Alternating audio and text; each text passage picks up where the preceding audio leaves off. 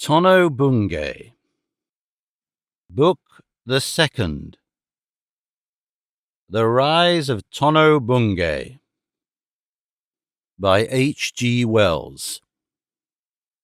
Narrated by Peter Silverleaf. Chapter the First. How I Became a London Student and Went Astray. 1. I came to live in London, as I shall tell you, when I was nearly 22. Wimblehurst dwindles in perspective, is now in this book a little place far off, Bladesover no more than a small pinkish speck of frontage among the distant Kentish hills. The scene broadens out, becomes multitudinous and limitless, full of the sense of vast irrelevant movement. I do not remember my second coming to London as I do my first, for my early impressions, save that an October memory of softened amber sunshine stands out, amber sunshine falling on grey house fronts I know not where. That and a sense of large tranquillity. I could fill a book, I think, with a more or less imaginary account of how I came to apprehend London, how first in one aspect and then in another it grew in my mind. Each day my accumulating impressions were added to and qualified and brought into relationship with new ones. They fused inseparably with others that were purely personal and accidental. I find myself with a certain comprehensive perception of London, complete indeed, incurably indistinct in places, and yet in some way a whole that began with my first visit and is still being mellowed and enriched. London. At first, no doubt, it was a chaos of streets and people and buildings and reasonless going to and fro. I do not remember that I ever struggled very steadily to understand it, or explored it with any but a personal and adventurous intention. Yet, in time, there has grown up in me a kind of theory of London. I do think I see lines of an ordered structure out of which it has grown, detected a process that is something more than a confusion of casual accidents, though indeed it may be no more than a process of disease.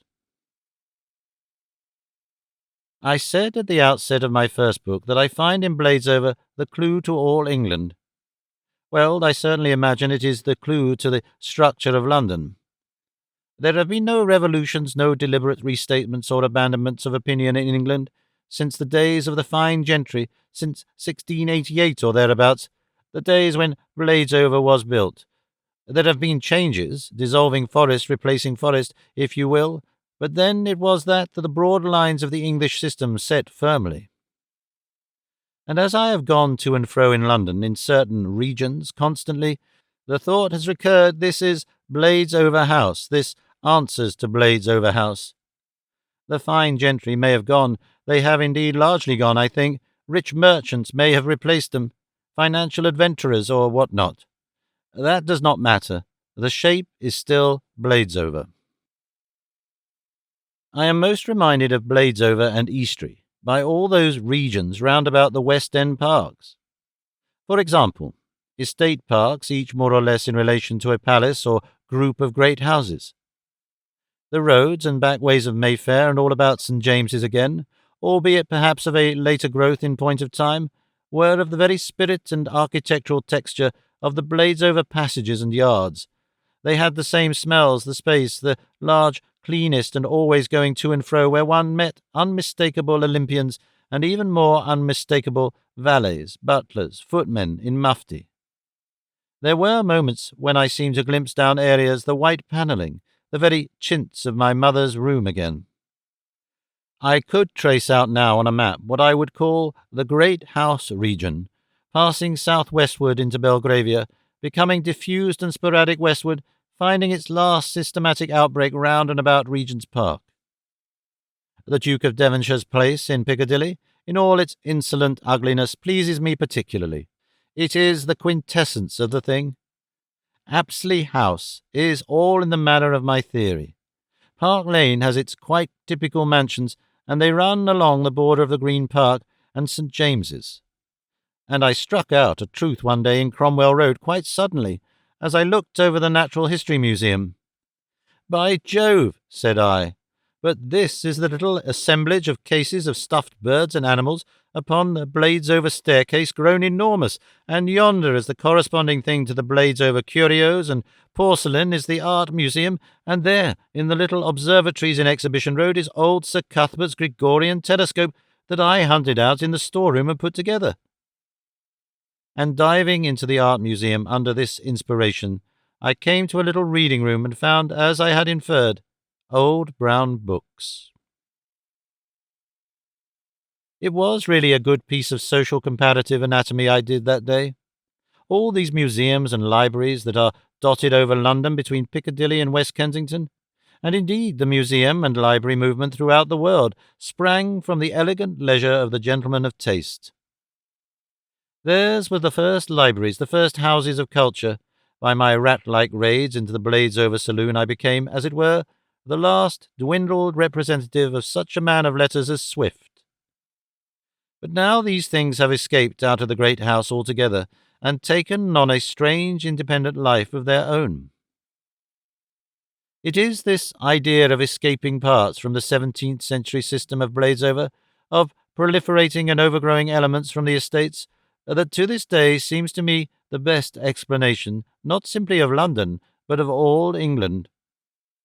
England is a country of great renaissance, landed gentlefolk who have been unconsciously outgrown and overgrown.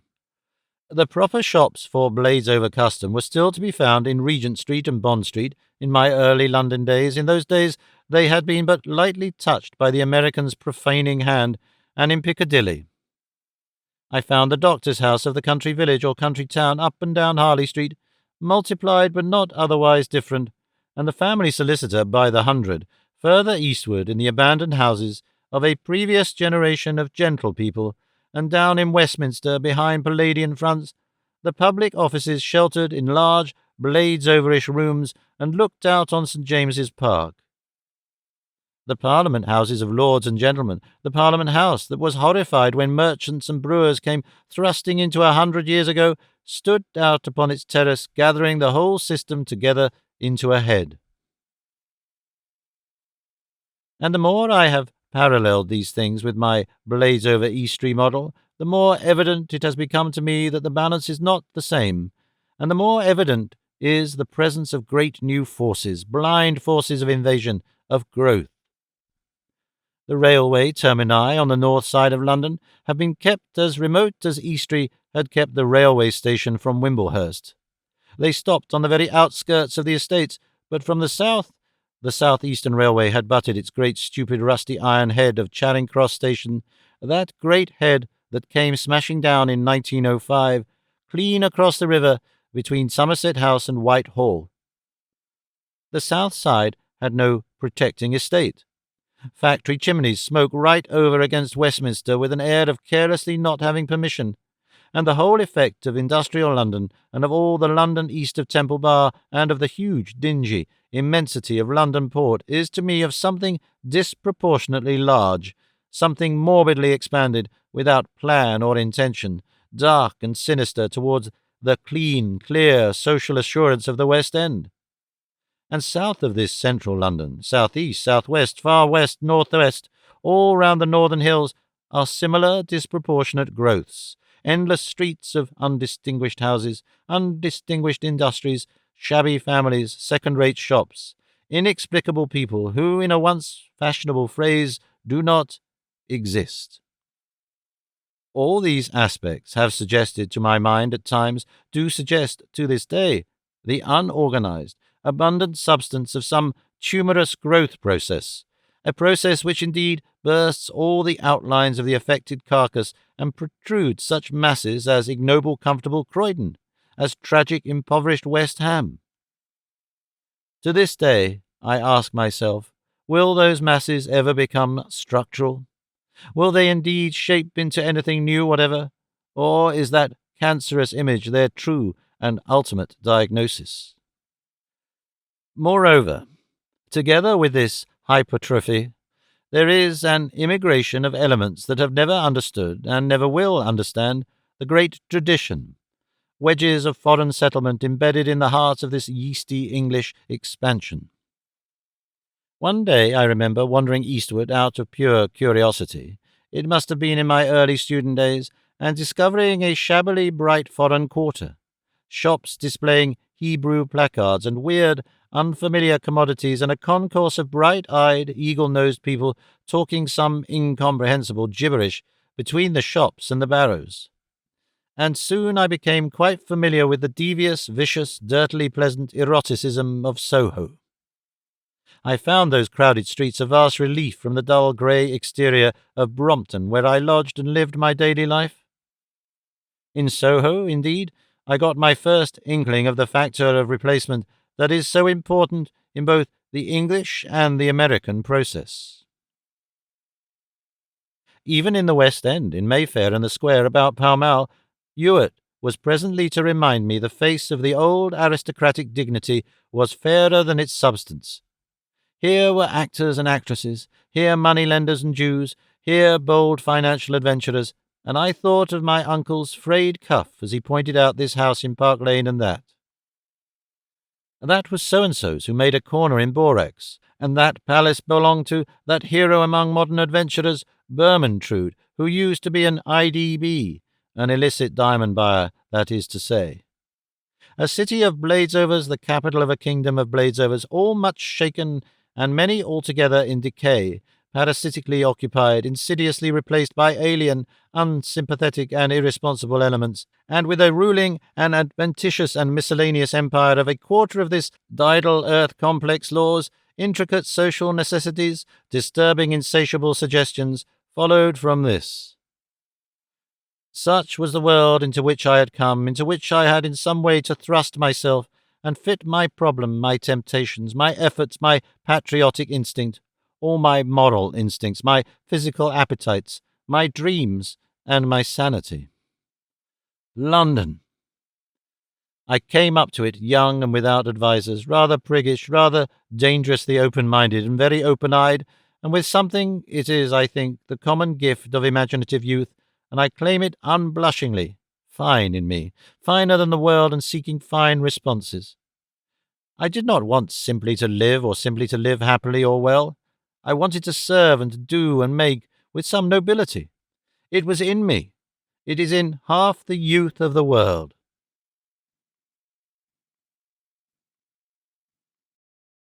2. I had come to London as a scholar. I had taken the Vincent Bradley Scholarship at the Pharmaceutical Society, but I threw this up when I found that my work of the science and art departments in mathematics, physics and chemistry had given me one of the minor technical board scholarships at the Consolidated Technical Schools at South Kensington. This latter was in mechanics and metallurgy, and I hesitated between the two. The Vincent Bradley gave me £70 a year, and quite the best start-off a pharmaceutical chemist could have. The South Kensington thing was worth about 22 shillings a week, and the prospects it opened were vague. But it meant far more scientific work than the former, and I was still under the impulse of that great intellectual appetite that is part of the adolescence of men of my type. Moreover, it seemed to lead towards engineering, in which I imagine to this day, my particular use is to be found. I took its great uncertainty as a fair risk. I came up very keen, not doubting that the really hard and steady industry that had carried me through Wimblehurst would go on still in the new surroundings. Only, from the very first, it didn't. When I look back now at my Wimblehurst days, I still find myself surprised at the amount of steady, grinding study, of strenuous self-discipline that I maintained throughout my apprenticeship. In many ways, I think that time was the most honourable period in my life. I wish I could say with a certain mind that my motives in working so well were large and honourable too. To a certain extent they were so. There was a fine, sincere curiosity, a desire for the strength and power of scientific knowledge, and a passion for intellectual exercise. But I do not think those forces alone would have kept me at it so grimly and closely if Wimblehurst had not been so dull, so limited, and so observant. Directly I came into the London atmosphere, tasting freedom, tasting irresponsibility, and the pull of new forces altogether, my discipline fell from me like a garment. Wimblehurst, to a youngster in my position, offered no temptations worth counting, no interests to conflict with study, no vices. Such vices as it offered were coarsely stripped of any imaginative, glamourful drunkenness, clumsy, leering, shameful lust, and no social intercourse even to waste one's time, and on the other hand it would minister greatly to the self-esteem of a conspicuously industrious student. One was marked as clever, one played up to the part, and one's little accomplishments stood out finely in one's private reckoning against the sunlit small ignorance of that agreeable place. One went with an intent rush across the market square. One took one's exercise with as dramatic a sense of an ordered day as an Oxford don. One burnt the midnight oil quite consciously at the rare, respectful, benighted passer-by. And one stood out finely in the local paper with one's unapproachable yearly harvest of certificates. Thus, I was not only a genuinely keen student, but also a little of a prig and a poseur in those days, and the latter kept the former at it, as London made clear. Moreover, Wimblehurst had given me no outlet in any other direction. But I did not realize all this when I came to London, did not perceive how the change of atmosphere began at once to warp and distribute my energies. In the first place, I became invisible. If I idled for a day, no one except my fellow students, who evidently had no awe for me, remarked it. No one saw my midnight taper, no one pointed me out as I crossed the street as an astonishing intellectual phenomenon. In the next place, I became inconsiderable. In Wimblehurst I felt I stood for science. Nobody there seemed to have so much as I, and to have it so fully and completely. In London I walked ignorant in an immensity, and it was clear that among my fellow students from the Midlands and the North I was ill-equipped and under-trained. With the utmost exertion I should only take a secondary position among them. And finally, in the third place, I was distracted by voluminous new interests.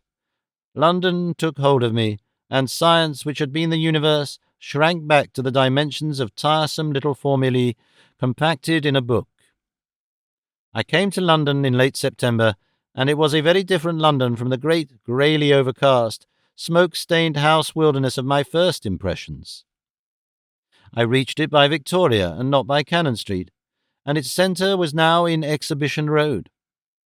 It shone, pale, amber, blue-grey, and tenderly spacious, and fine under clear autumnal skies, a London of hugely handsome buildings and vistas and distances, a London of gardens and labyrinthine tall museums, of old trees and remote palaces and artificial waters.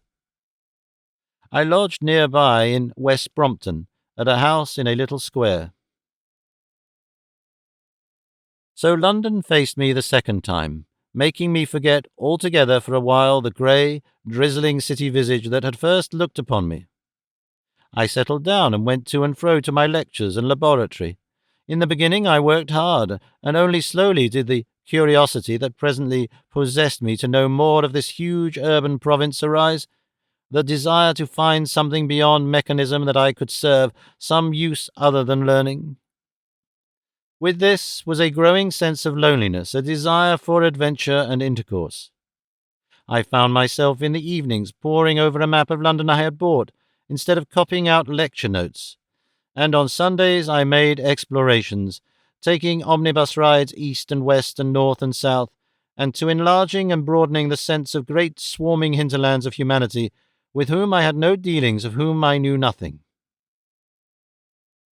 The whole illimitable place teemed with suggestions of indefinite and sometimes outrageous possibility, of hidden but magnificent meanings. It wasn't simply that I received a vast impression of space and multitude and opportunity. Intimate things also were suddenly dragged from neglected, veiled and darkened corners into an acute vividness of perception. Close at hand in the big art museum, I came for the first time upon the beauty of nudity, which I had hitherto held to be a shameful secret, flaunted and gloried in. I was made aware of beauty as not only permissible, but desirable and frequent, and of 1,000 hitherto unsuspected rich aspects of life. One night, in a real rapture, I walked round the upper gallery of the Albert Hall and listened for the first time to great music. I believe now that it was a rendering of Beethoven's Ninth Symphony. My apprehension of spaces and places was reinforced by a quickened apprehension of persons. A constant stream of people passed by me. Eyes met and challenged mine and passed. More and more I wanted then to stay. If I went eastward towards Piccadilly, women, who seemed then to my boyish inexperience softly splendid and alluring, murmured to me as they passed. Extraordinarily life unveiled. The very hoardings clamoured strangely at one's senses and curiosities. One bought pamphlets and papers full of strange and daring ideas transcending one's boldest. In the parks one heard men discussing the very existence of God, denying the rights of property, debating 100 things that one dared not think about in Wimblehurst. And after the ordinary overcast day, after dull mornings, came twilight, and London lit up and became a thing of white and yellow and red jewels of light, and wonderful floods of golden illumination and stupendous and unfathomable shadows, and there were no longer any mean or shabby people, but a great mysterious movement of unaccountable beings. Always I was coming on the queerest new aspects. Late one Saturday night I found myself one of a great slow-moving crowd between the blazing shops and the flaring barrows in the Harrow Road. I got into conversation with 2 bold-eyed girls, bought them boxes of chocolate, made the acquaintance of father and mother and various younger brothers and sisters, sat in a public house, hilariously with them all, standing and being stood drinks, and left them in the small hours at the door of home, never to see them again. And once I was accosted on the outskirts of a Salvation Army meeting in one of the parks by a silk-hatted young man of eager and serious discourse, who argued against scepticism with me, invited me home to tea into a clean and cheerful family of brothers and sisters and friends, and there I spent the evening singing hymns to the harmonium, which reminded me of half-forgotten Chatham, and wishing all the sisters were not so obviously engaged. Then, on the remote hill of this boundless city world, I found Ewert.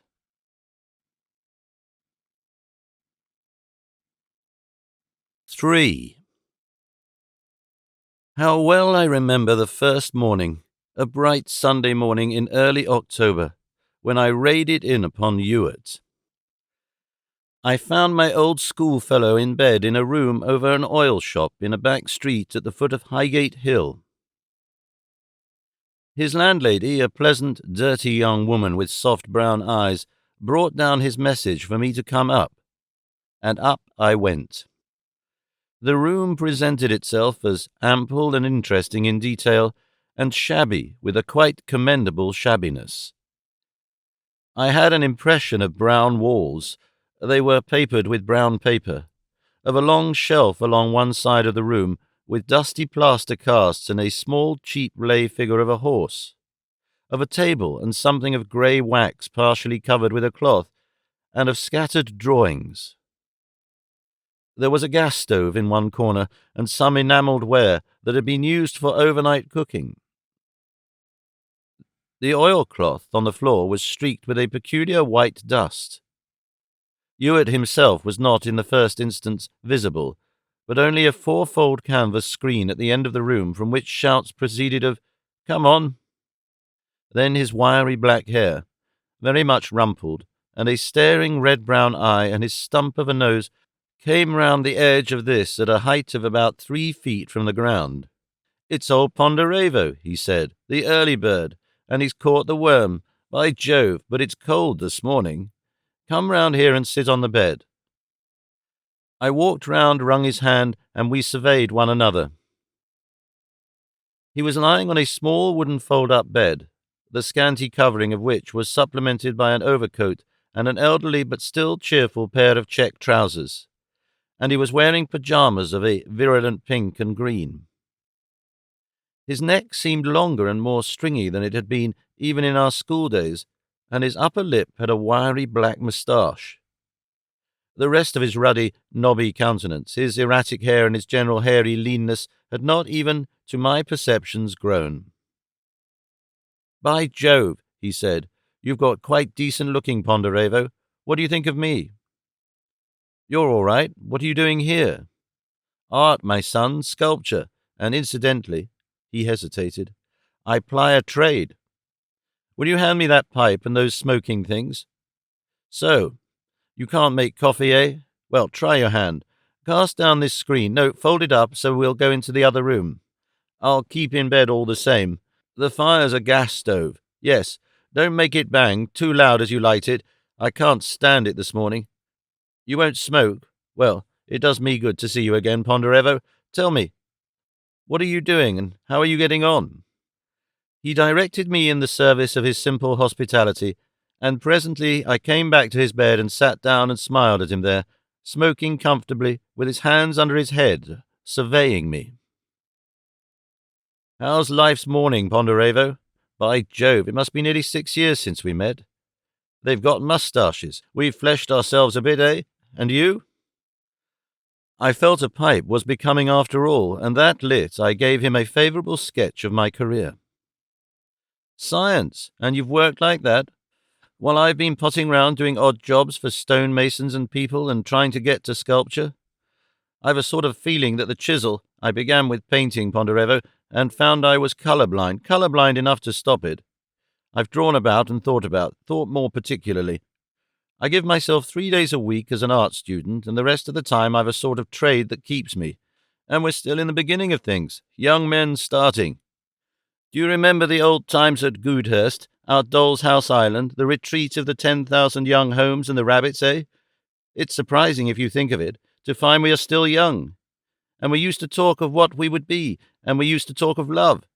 I suppose you know all about that now, Ponderevo?" I finished and hesitated on some vague, foolish lie. "No," I said, a little ashamed of the truth. "Do you? I've been too busy. I'm just beginning, just as we were then. Things happen." He sucked at his pipe for a space and stared at the plaster cast of a flayed hand that hung on the wall. "The fact is, Ponderevo, I'm beginning to find life a most extraordinary queer set-out. The things that pull one, the things that don't. The wants, this business of sex. It's a net. No end to it, no way out of it, no sense in it. There are times when women take possession of me, when my mind is like a painted ceiling at Hampton Court, with the pride of the flesh sprawling all over it. Why? And then again, sometimes when I have to encounter a woman, I am overwhelmed by a terror of tantalizing boredom. I fly, I hide, I do anything. You've got your scientific explanations, perhaps. What's nature and the universe up to in that matter?" "It's her way, I gather, of securing the continuity of the species." "But it doesn't," said Ewert. "That's just it. No, I've succumbed to dissipation down the hill there. Euston Roadway. And it was damned ugly and mean, and I hate having done it. And the continuity of the species, Lord! And why does nature make a man so infernally ready for drinks? There's no sense in that, anyhow." He sat up in bed to put this question with the greater earnestness. "And why has she given me a most violent desire towards sculpture and an equally violent desire to leave off work directly I begin it, eh? Let's have some more coffee. I put it to you, these things puzzle me, Ponderevo. They dishearten me. They keep me in bed." He had an air of having saved up these difficulties for me for some time. He sat with his chin almost touching his knees, sucking at his pipe. "That's what I mean," he went on. "When I say life is getting on to me as extraordinarily queer, I don't see my game nor why I was invited. And I don't make anything of the world outside either. What do you make of it?" "London," I began. "It's so enormous." "Isn't it? And it's all up to nothing. You find chaps keeping grocers' shops. Why the devil, Ponderevo, do they keep grocers' shops? They all do it very carefully, very steadily, very meanly.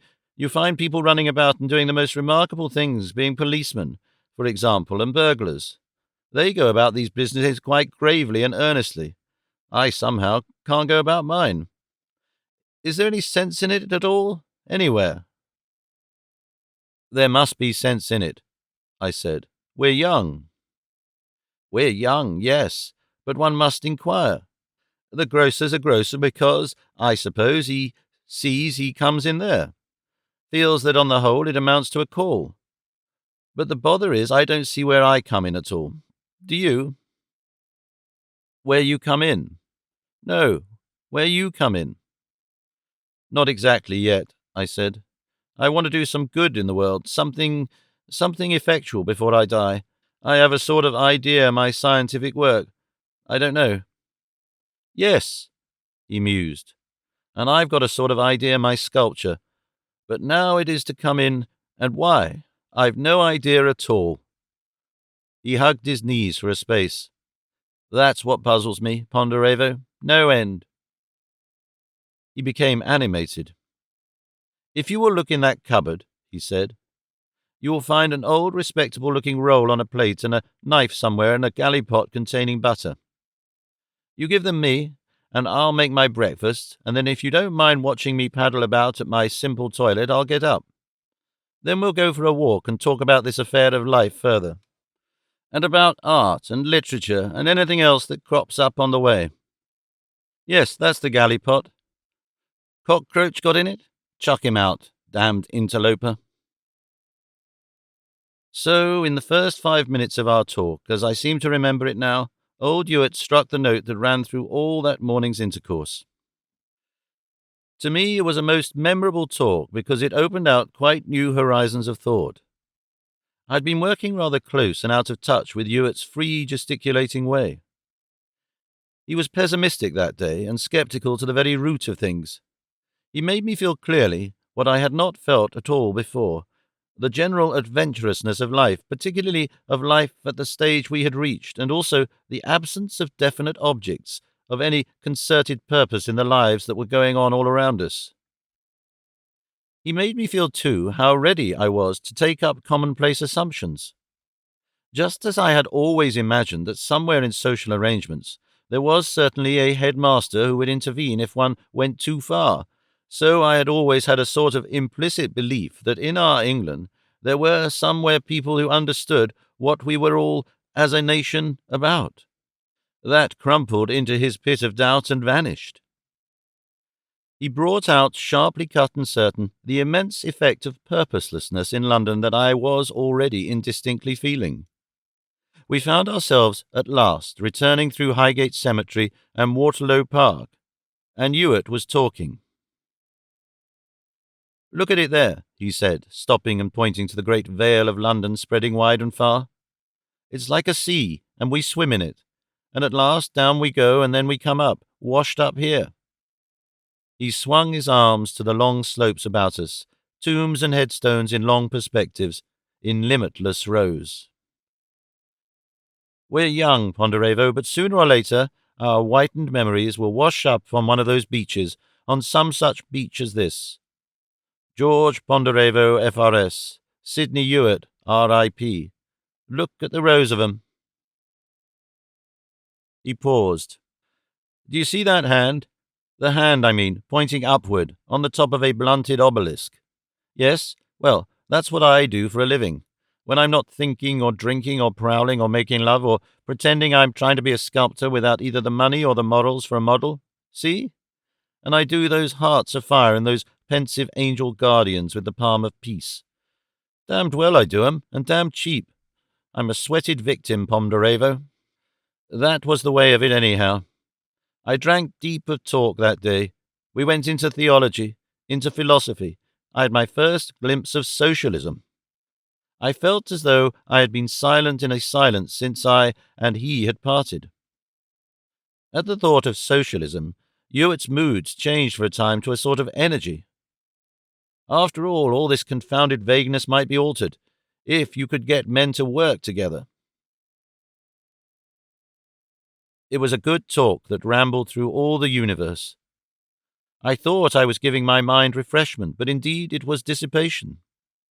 All sorts of ideas even now carry me back as if it were to a fountainhead, to Waterloo Park and my resuscitated Ewert.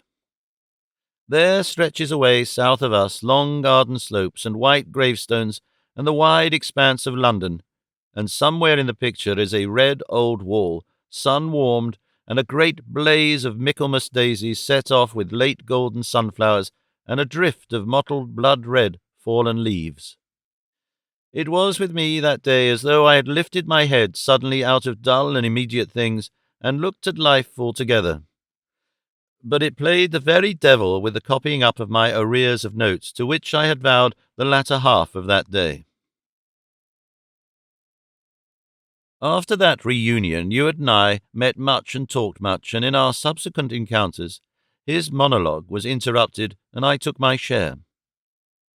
He had exercised me so greatly that I lay awake at nights thinking him over, and discoursed and answered him in my head as I went in the morning to the college. I am by nature a doer, and only by the way a critic. His philosophical assertion of the incalculable vagueness of life which fitted his natural indolence roused my more irritable and energetic nature to active protests. "It's all so pointless," I said, "because people are slack and because it's in the ebb of an age. But you're a socialist. Well, let's bring that about, and there's a purpose. There you are." Ewert gave me all my first conceptions of socialism. In a little while I was an enthusiastic socialist, and he was a passive resister to the practical exposition of the theories he had taught me.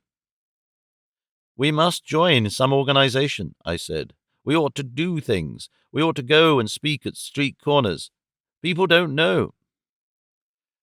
You must figure me a rather ill-dressed young man in a state of great earnestness, standing up in that shabby studio of his and saying these things, perhaps with some gesticulations, and Ewert with a clay-smudged face, dressed perhaps in a flannel shirt and trousers, with a pipe in his mouth, squatting philosophically at a table, working at some chunk of clay that never got beyond suggestion. "I wonder why one doesn't want to," he said. It was only very slowly I came to gauge Ewert's real position in the scheme of things, to understand how deliberate and complete was this detachment of his from the moral condemnation and responsibilities that played so fine a part in his talk. He was essentially the nature of an artistic appreciator. He could find interest and beauty in endless aspects of things that I marked as evil, or at least as not negotiable, and the impulse I had towards self-deception, to sustained and consistent self-devotion, disturbed and detached and pointless as it was at that time, he had indeed a sort of admiration for, but no sympathy. Like many fantastic and ample talkers, he was at bottom secretive, and he gave me a series of little shocks of discovery throughout our intercourse. The first of these came in the realization that he quite seriously meant to do nothing in the world at all towards reforming the evils he laid bare in so easy and dexterous a manner. The next came in the sudden appearance of a person called Milly, I've forgotten her surname, whom I found in his room one evening, simply attired in a blue wrap, the rest of her costume behind the screen, smoking cigarettes and sharing a flagon of an amazingly cheap and self-assertive grocer's wine Ewert affected called Canary Sack. "Hello," said Ewert as I came in. "This is Milly, you know. She's been being a model. She is a model, really. Keep calm, Ponderevo. Have some sack." Milly was a woman of 30, perhaps, with a broad, rather pretty face, a placid disposition, a bad accent, and delightful blonde hair that waved off her head with an irrepressible variety of charm, and whenever Ewert spoke, she beamed at him. Ewert was always sketching this hair of hers and embarking upon clay statuettes of her that were never finished. She was, I know now, a woman of the streets, whom Ewert had picked up in the most casual manner, and who had fallen in love with him, but my inexperience in those days was too great for me to place her then, and Ewert offered no elucidations. She came to him, he went to her. They took holidays together in the country, when certainly she sustained her fair share of their expenditure. I suspect him now even of taking money from her. Odd old Ewert. It was a relationship so alien to my orderly conceptions of honour, to what I could imagine any friend of mine doing, that I really hardly saw it with it there under my nose. But I see it, and I think I understand it now. Before I fully grasped the discursive manner in which Ewert was committed to his particular way in life, I did, I say, as the broad constructive ideas of socialism took hold of me, try to get him to work with me in some definite fashion as a socialist. We ought to join on to other socialists, I said. They've got something. Let's go and look at some first.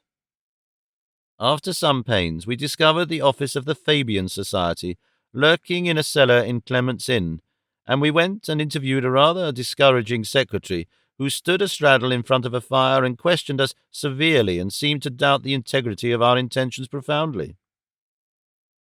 He advised us to attend the next open meeting in Clifford's Inn and gave us the necessary data. We both contrived to get to the affair and heard a discursive gritty paper on trusts and one of the most inconclusive discussions you can imagine. 3/4 of the speakers seemed under some jocular obsession which took the form of pretending to be conceited. It was a sort of family joke, and as strangers to the family, we did not like it. As we came out through the narrow passage from Clifford's Inn to the Strand, Ewert suddenly pitched upon a wizened, spectacled little man in a vast felt hat and a large orange tie. "How many members are there in this Fabian Society of yours?" he asked. The little man came at once defensive in his manner. "About 700, he said. "Perhaps 8. Like the ones here?" The little man gave a nervous, self-satisfied laugh.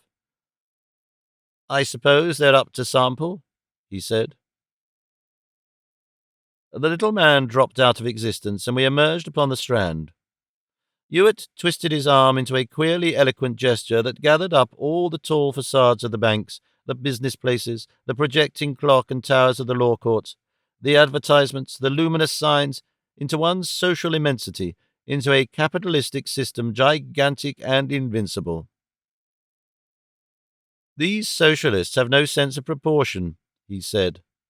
"What can you expect of them?"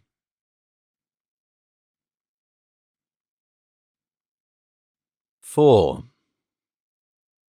Ewert, as the embodiment of talk, was certainly a leading factor in my conspicuous failure to go on studying. Social theory, in its first crude form of democratic socialism, gripped my intelligence more and more powerfully. I argued in the laboratory with the man who shared my bench until we quarrelled, and did not speak, and also I fell in love. The ferment of sex had been creeping into my being, like a slowly advancing tide through all my Wimblehurst days. The stimulus of London was like the rising of a wind out of the sea that brings the waves in fast and high. Ewert had his share in that. More and more acutely and unmistakably did my perception of beauty, form and sound, my desire for adventure, my desire for intercourse, converge on this central and commanding business of the individual life. I had to get a mate. I began to fall in love faintly with girls I passed in the street, with women who sat before me in trains, with girl fellow students, with ladies in passing carriages, with loiterers at the corners, with neat-handed waitresses in shops and tea-rooms, with pictures even of girls and women. On my rare visits to the theatre, I always became exalted, and found the actresses and even the spectators about me mysterious, attractive, creatures of deep interest and desire. I had a stronger and stronger sense that among these glancing, passing multitudes, there was somewhere one who was for me. And in spite of every antagonistic force in the world, there was something in my very marrow that insisted. Stop, look at this one, think of her, won't she do? This signifies, this before all things signifies, stop, why are you hurrying by? This may be the predestined person before all others. It's odd that I can't remember when I first saw Marian, who became my wife, whom I was to make wretched, who was to make me wretched, who was to pluck that fine generalized possibility of love out of my early manhood and make it a personal conflict. I became aware of her as one of a number of interesting, attractive figures that moved about in my world, that glanced back at my eyes, that flitted by with a kind of averted watchfulness. I would meet her coming through the art museum, which was my shortcut to the Brompton Road, or see her sitting, reading as I thought, in one of the bays of the Education Library. But really, as I found out afterwards, she never read. She used to come there to eat a bun in quiet. She was a very gracefully moving figure of a girl then, very plainly dressed, with dark brown hair, I remember, in a knot low on her neck behind, that confessed the pretty roundness of her head and harmonized with the admirable lines of ears and cheek, the grave serenity of mouth and brow. She stood out among the other girls very distinctly because they dressed more than she did, struck emphatic notes of colour, startled one by novelties in hats and bows and things. I have always hated the rustle, the disconcerting colour boundaries, the smart, unnatural angles of women's clothes. Her plain black dress gave her a starkness. I do remember, though, how one afternoon I discovered the peculiar appeal of her form for me. I had been restless with my work and had finally slipped out of the laboratory and come over to the art museum to lounge among the pictures. I came upon her in an odd corner of the Sheepshanks gallery, intently copying something from a picture that hung high. I had just been in the gallery of casts from the antique. My mind was all alive with my newly awakened sense of line, and there she stood, with face upturned, her body drooping forward from the hips just a little, memorably graceful, feminine. After that, I know I sought to see her, felt a distinctive emotion at her presence, began to imagine things about her. I no longer thought of generalized womanhood or of this casual person or that. I thought of her. An accident brought us together. I found myself one Monday morning in an omnibus staggering westward from Victoria. I was returning from a Sunday I'd spent at Wimblehurst in response to a unique freak of hospitality on the part of Mr. Mantle. She was the sole other inside passenger, and when the time came to pay her fare, she became an extremely scared, disconcerted, and fumbling young woman. She had left her purse at home. Luckily, I had some money. She looked at me with startled, troubled brown eyes. She permitted my proffered payment to the conductor with a certain ungraciousness that seemed a part of her shyness, and then, as she rose to go, she thanked me with an obvious affectation of ease. "Thank you so much," she said in a pleasant, soft voice, and then less gracefully, "Awfully kind of you, you know." I fancy I made polite noises. But just then I wasn't disposed to be critical. I was full of the sense of her presence. Her arm was stretched out over me as she moved past me. The gracious slenderness of her body was near me. The words we used didn't seem very greatly to matter. I had vague ideas of getting out with her, and I didn't. That encounter, I have no doubt, exercised me enormously. I lay awake at night rehearsing it and wondering about the next phase of our relationship. That took the form of the return of my tuppence.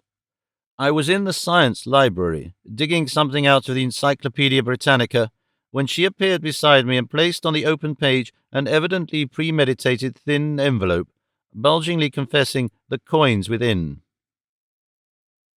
"It was very kind of you," she said. "The other day, I don't know what I should have done, Mr. I supplied my name. "I knew," I said, "you were a student here." "Not exactly a student, Well, anyhow, I knew you were here frequently, and I'm a student myself at the Consolidated Technical Schools."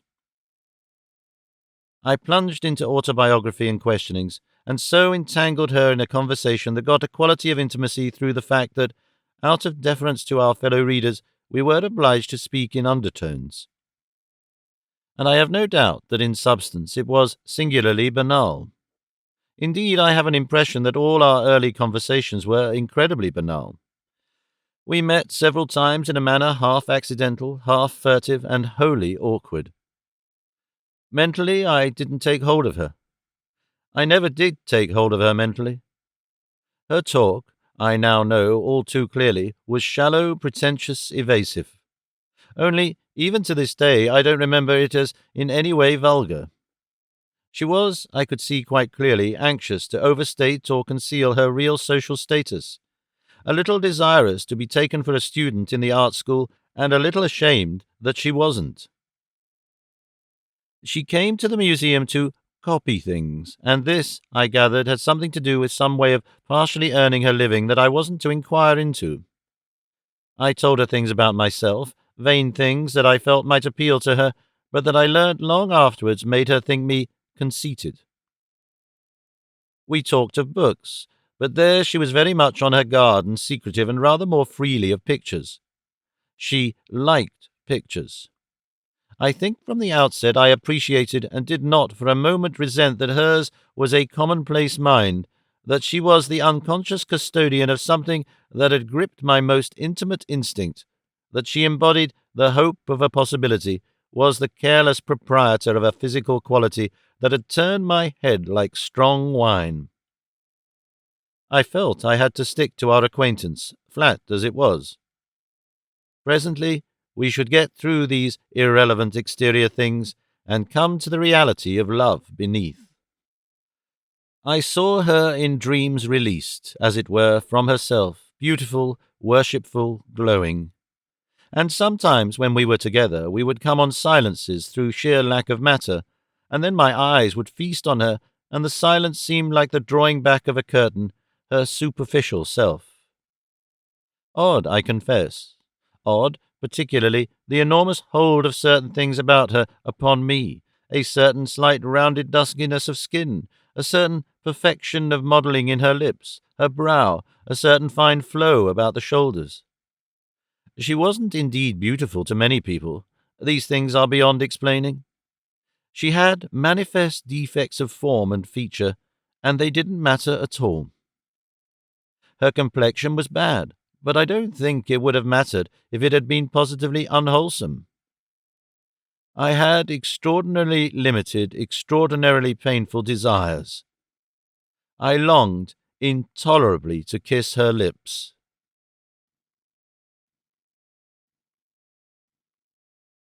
5. The affair was immensely serious and commanding to me. I don't remember that in these earlier phases I had any thought of turning back at all. It was clear to me that she regarded me with an eye entirely more critical than I had for her, that she didn't like my scholarly untidiness, my want of even the most commonplace style. "Why do you wear collars like that?" she said, and sent me in pursuit of gentlemanly neckwear. I remember when she invited me a little abruptly one day to come to tea at her home on the following Sunday and meet her father and mother and aunt, that I immediately doubted whether my hitherto unsuspected best clothes would create the impression she desired me to make on her belongings. I put off the encounter until the Sunday after to get myself in order. I had a morning coat, and I bought a silk hat, and had my reward in the first glance of admiration she ever gave me. I wonder how many of my sex are as preposterous. I was, you see, abandoning all my beliefs, my conventions unasked. I was forgetting myself immediately, and there was a conscious shame in it all. Never a word did I breathe to Ewert, to any living soul, of what was going on. Her father and mother and aunt struck me as the dismalest of people, and her home in Walham Green was chiefly notable for its black and amber tapestry carpets and curtains and tablecloths, and the age and irrelevance of its books, mostly books with faded gilt on the covers. The windows were fortified against the intrusive eye by cheap lace curtains and an art pot upon an unstable octagonal table. Several framed art school drawings of Marian's, bearing official South Kensington marks of approval, adorned the room, and there was a black and gilt piano with a hymn book on the top of it. There were draped mirrors all over the mantels, and above the sideboard in the dining-room in which we sat at tea was a portrait of her father, villainously truthful after the manner of such works. I couldn't see a trace of the beauty I found in her in either parent, yet she somehow contrived to be like them both. These people pretended in a way that reminded me of the three great women in my mother's room, but they had not merely so much social knowledge and did not do it nearly so well. Also, I remarked, they did it with an eye on Marian. They had wanted to thank me, they said, for the kindness to their daughter in the matter of the bus fare, and so accounted for anything unusual in their invitation. They posed as simple gentlefolk, a little hostile to the rush and gadding about of London, preferring a secluded and unpretentious quiet.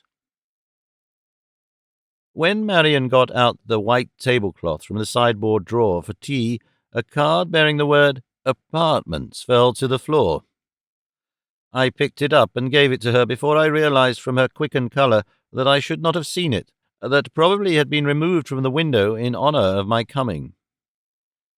Her father spoke once in a large, remote way of he claims of business engagements, and it was only long afterwards I realized that he was a supernumerary clerk in the Walham Green Gasworks, and otherwise a useful man at home. He was a large, loose, fattish man with unintelligent brown eyes magnified by spectacles.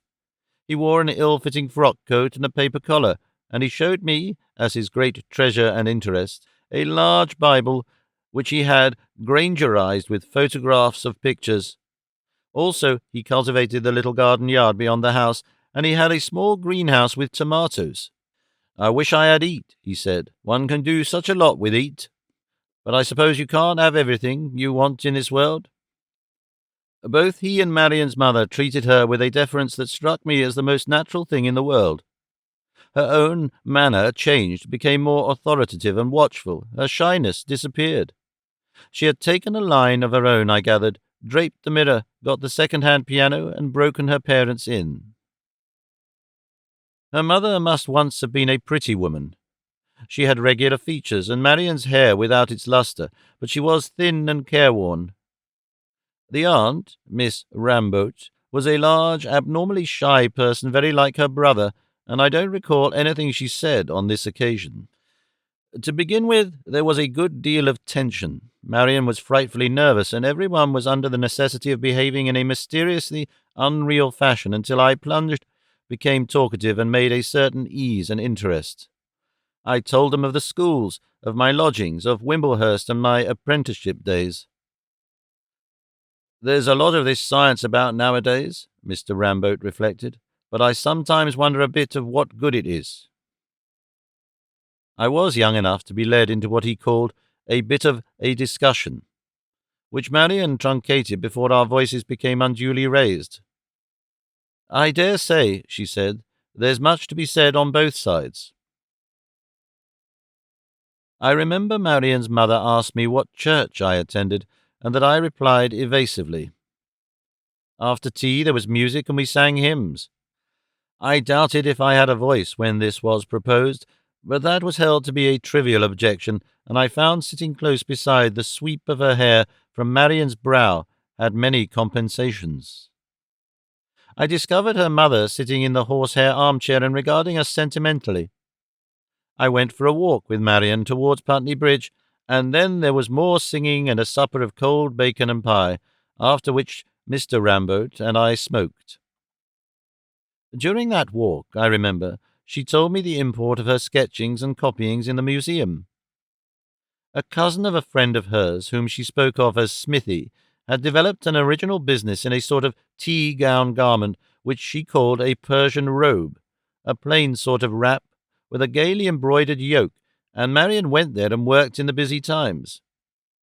In the times that weren't busy, she designed novelties in yokes by an assiduous use of eyes and notebook in the museum, and went home and traced out the captured forms on the foundation material. "I don't get much," said Marian, "but it's interesting, and in the busy times we work all day. Of course, the work girls are dreadfully common, but we don't say much to them, and Smithy talks enough for 10. I quite understood the work girls were dreadfully common. I don't remember that the Walham Green menage and the quality of these people, nor the light they threw on Marian, detracted in the slightest degree at that time from the intent resolve that held me to make her mine. I didn't like them, but I took them as part of the affair. Indeed, on the whole, I think they threw her up by an effect of contrast. She was so obviously controlling them, so consciously superior to them. More and more of my time did I give to this passion that possessed me. I began to think chiefly of ways of pleasing Marian, of acts of devotion, of treats, of sumptuous presents for her, of appeals she would understand. If at times she was manifestly unintelligent, in her ignorance became indisputable. I told myself her simple instincts were worth all the education and intelligence in the world. And to this day I think I wasn't really wrong about her. There was something extraordinarily fine about her, something simple and high, that flickered in and out of her ignorance and commonness and limitations like the tongue from the mouth of a snake. One night I was privileged to meet her and bring her home from an entertainment at the Birkbeck Institute. We came back on the Underground Railway and we travelled first class, that being the highest class available. We were alone in the carriage, and for the first time I ventured to put my arm about her. "You mustn't," she said feebly. "I love you," I whispered, suddenly with my heart beating wildly, drew her to me, drew all her beauty to me, and kissed her cool and unresisting lips. "Love me?" she said, struggling away from me. "Don't." And then, as the train ran into a station, "You must tell no one. I don't know. You shouldn't have done that." Then 2 other people got in with us and terminated my wooing for a time. When we found ourselves alone together, walking towards Battersea, she had decided to be offended. I parted from her, unforgiven and terribly distressed. When we met again, she told me I must never say that again. I had dreamt that to kiss her lips was ultimate satisfaction. But it was, indeed, only the beginning of desires. I told her my one ambition was to marry her. "But," she said, "you're not in a position. What's the good of talking like that?" I stared at her. "I mean to," I said. "You can't," she answered. "It will be years." "But I love you," I insisted. I stood not a yard from the sweet lips I had kissed. I stood within arm's length of the inanimate beauty I desired to quicken, and I saw opening between us a gulf of years, toil, waiting, disappointments, and an immense uncertainty. "I love you," I said. "Don't you love me?" She looked me in the face with great irresponsive eyes. "I don't know," she said. "I like you, of course. One has to be sensible." I can remember now my sense of frustration by her unresilient reply. I should have perceived then that for her my ardour had no quickening fire. But how was I to know? I had let myself come to want her. My imagination endowed her with infinite possibilities. I wanted her and wanted her, stupidly and instinctively. "But," I said, "love." "One has to be sensible," she replied. "I like going about with you. Can't we keep as we are?"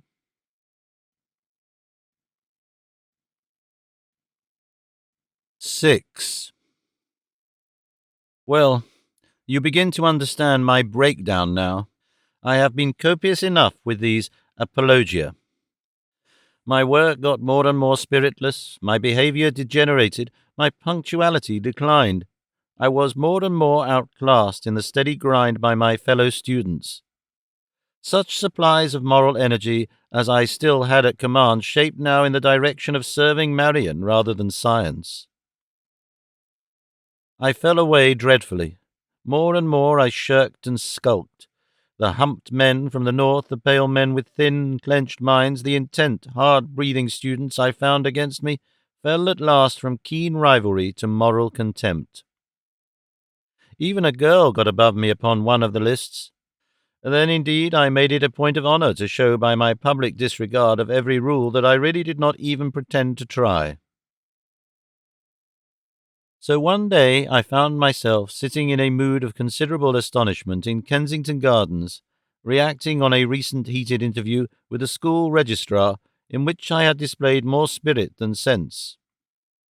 I was astonished chiefly at my stupendous falling away from all the militant ideals of unflinching study I had brought up from Wimblehurst. I had displayed myself, as the registrar put it, an unmitigated rotter.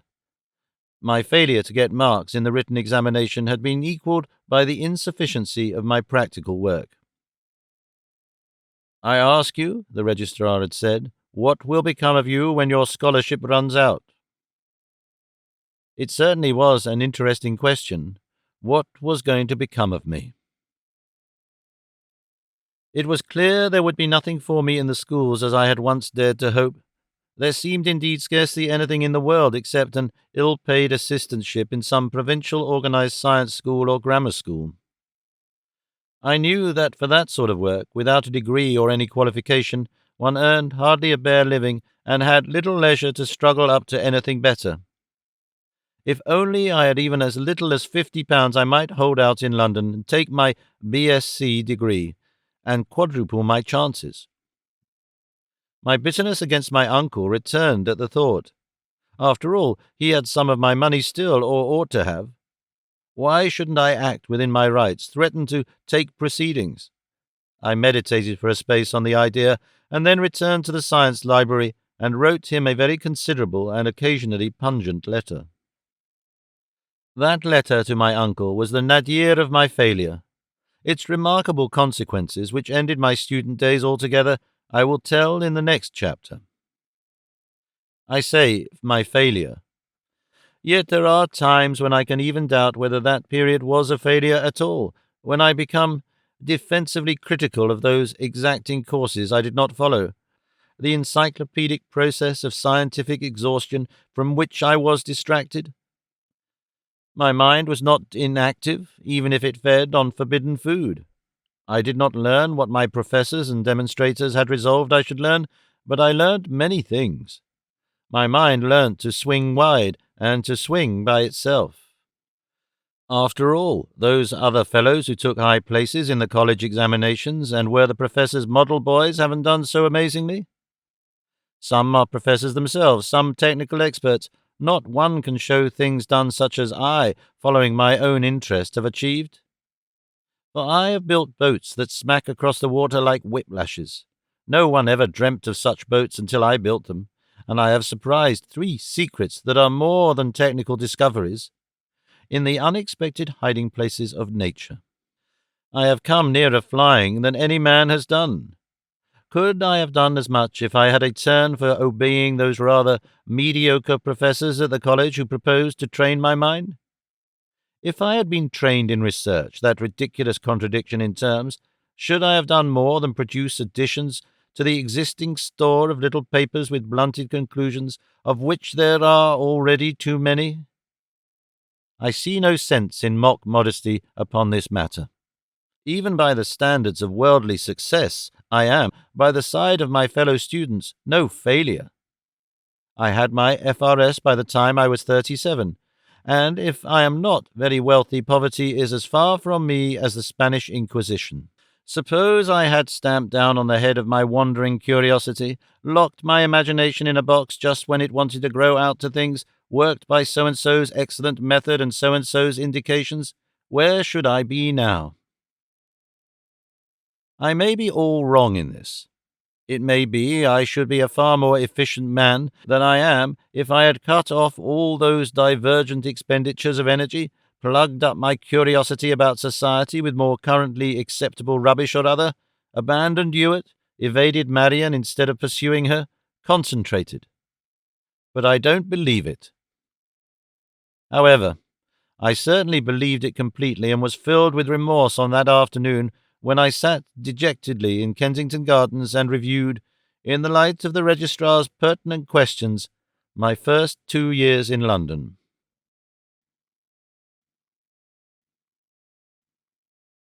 Chapter the 2nd. The dawn comes, and my uncle appears in a new silk hat. 1. Throughout my student days I had not seen my uncle. I refrained from going to him in spite of an occasional regret that in this way I estranged myself from my Aunt Susan and I maintained a sulky attitude of mind towards him. And I don't think that once in all that time I gave a thought to that mystic word of his that was to alter all the world for us. Yet I had not altogether forgotten it. It was with a touch of memory, dim transient perplexity if no more, why did this thing seem in some way personal, that I read a new inscription upon the hoardings. The secret of vigour, Tono-Bungay. That was all. It was simple and yet in some way arresting.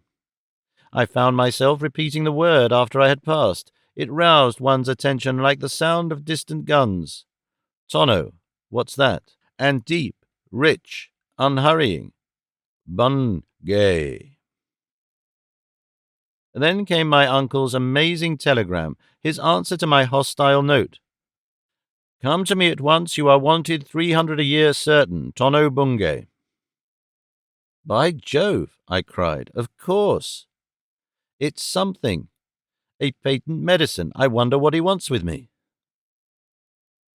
In his Napoleonic way, my uncle had omitted to give an address. His telegram had been handed in at Farringdon Road, and after complex meditations I replied to Ponderevo, Farringdon Road, trusting to the rarity of our surname to reach him. Where are you? I asked. His reply came promptly. 192A, Raggett Street, E.C. The next day I took an unsanctioned holiday after the morning's lecture. I discovered my uncle in a wonderfully new silk hat. Oh, a splendid hat, with a rolling brim that went beyond the common fashion. It was decidedly too big for him. That was its only fault. It was stuck on the back of his head, and he was in a white waistcoat and shirt sleeves. He welcomed me with a forgetfulness of my bitter satire and my hostile abstinence that was almost divine. His glasses fell off at the sight of me. His round, inexpressive eyes shone brightly. He held out his plump, short hand. Here we are, George. What did I tell you? Needn't whisper it now, my boy. Shout it, loud. Spread it about. Tell everyone. Tono, Tono, Tono-Bungay. Raggett Street, you must understand, was a thoroughfare over which someone had distributed large quantities of cabbage stumps and leaves. It opened out of the upper end of Farringdon Street, and 192A was a shop with the plate-glass front coloured chocolate, on which several of the same bills I had read upon the hoardings had been stuck. The floor was covered by street mud that had been brought in on dirty boots, and 3 energetic young men of the hooligan type, in neck-wraps and caps, were packing wooden cases with papered-up bottles amidst much straw and confusion. The counter was littered with these same swathed bottles, of a pattern then novel by now, amazingly familiar in the world, the blue paper with the coruscating figure of a genially nude giant, and the printed directions of how, under practically all circumstances, to take Tono-Bungay. Beyond the counter on one side opened a staircase, down which I seem to remember a girl descending with a further consignment of bottles, and the rest of the background was a high partition, also chocolate, with Temporary Laboratory inscribed upon it in white letters, and over a door that pierced it, Office. Here I rapped, inaudible amid much hammering, and then entered unanswered to find my uncle, dressed as I have described, one hand gripping a sheath of letters, and the other scratching his head as he dictated to one of 3 toiling typewriter girls. Behind him was a further partition and a door inscribed, Absolutely private, no admission, thereon. This partition was of wood painted the universal chocolate, up to about 8 feet from the ground, and then of glass. Through the glass I saw dimly a crowded suggestion of crucibles and glass retorts, and, by Jove, yes, the dear old Wimblehurst air pump still.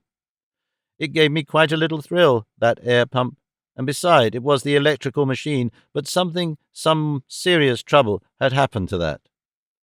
All these were evidently placed on a shelf just at the level to show. Come right into the sanctum, said my uncle after he had finished something about esteemed consideration. and whisked me through the door into a room that quite amazingly failed to verify the promise of that apparatus. It was prepared with dingy wallpaper that had peeled in places.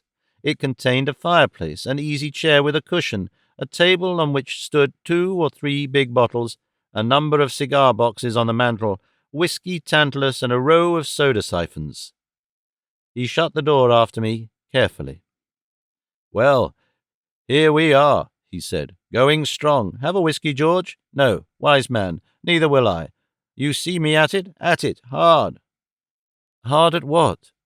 "Read it," and he thrust into my hand a label, that label that has now become one of the most familiar objects of the chemist's shop, the greenish-blue, rather old-fashioned bordering the legend, the name in good black type, very clear, and the strong man all set about with lightning flashes above the double column of skilful lies in red, the label of Tono-Bungay.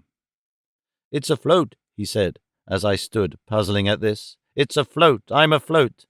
And suddenly he burst out singing in that throaty tenor of his, I'm afloat on the fierce flowing tide, the ocean's my home, and my bark is my bride." Ripping song that is, George. Not so much a bark as a solution, but still it does. Here we are at it. By the by, half a mo, I've thought of a thing. He whisked out, leaving me to examine this nuclear spot at leisure, while his voice became dictatorial without. The den struck me as, in its large, grey, dirty way, quite unprecedented and extraordinary.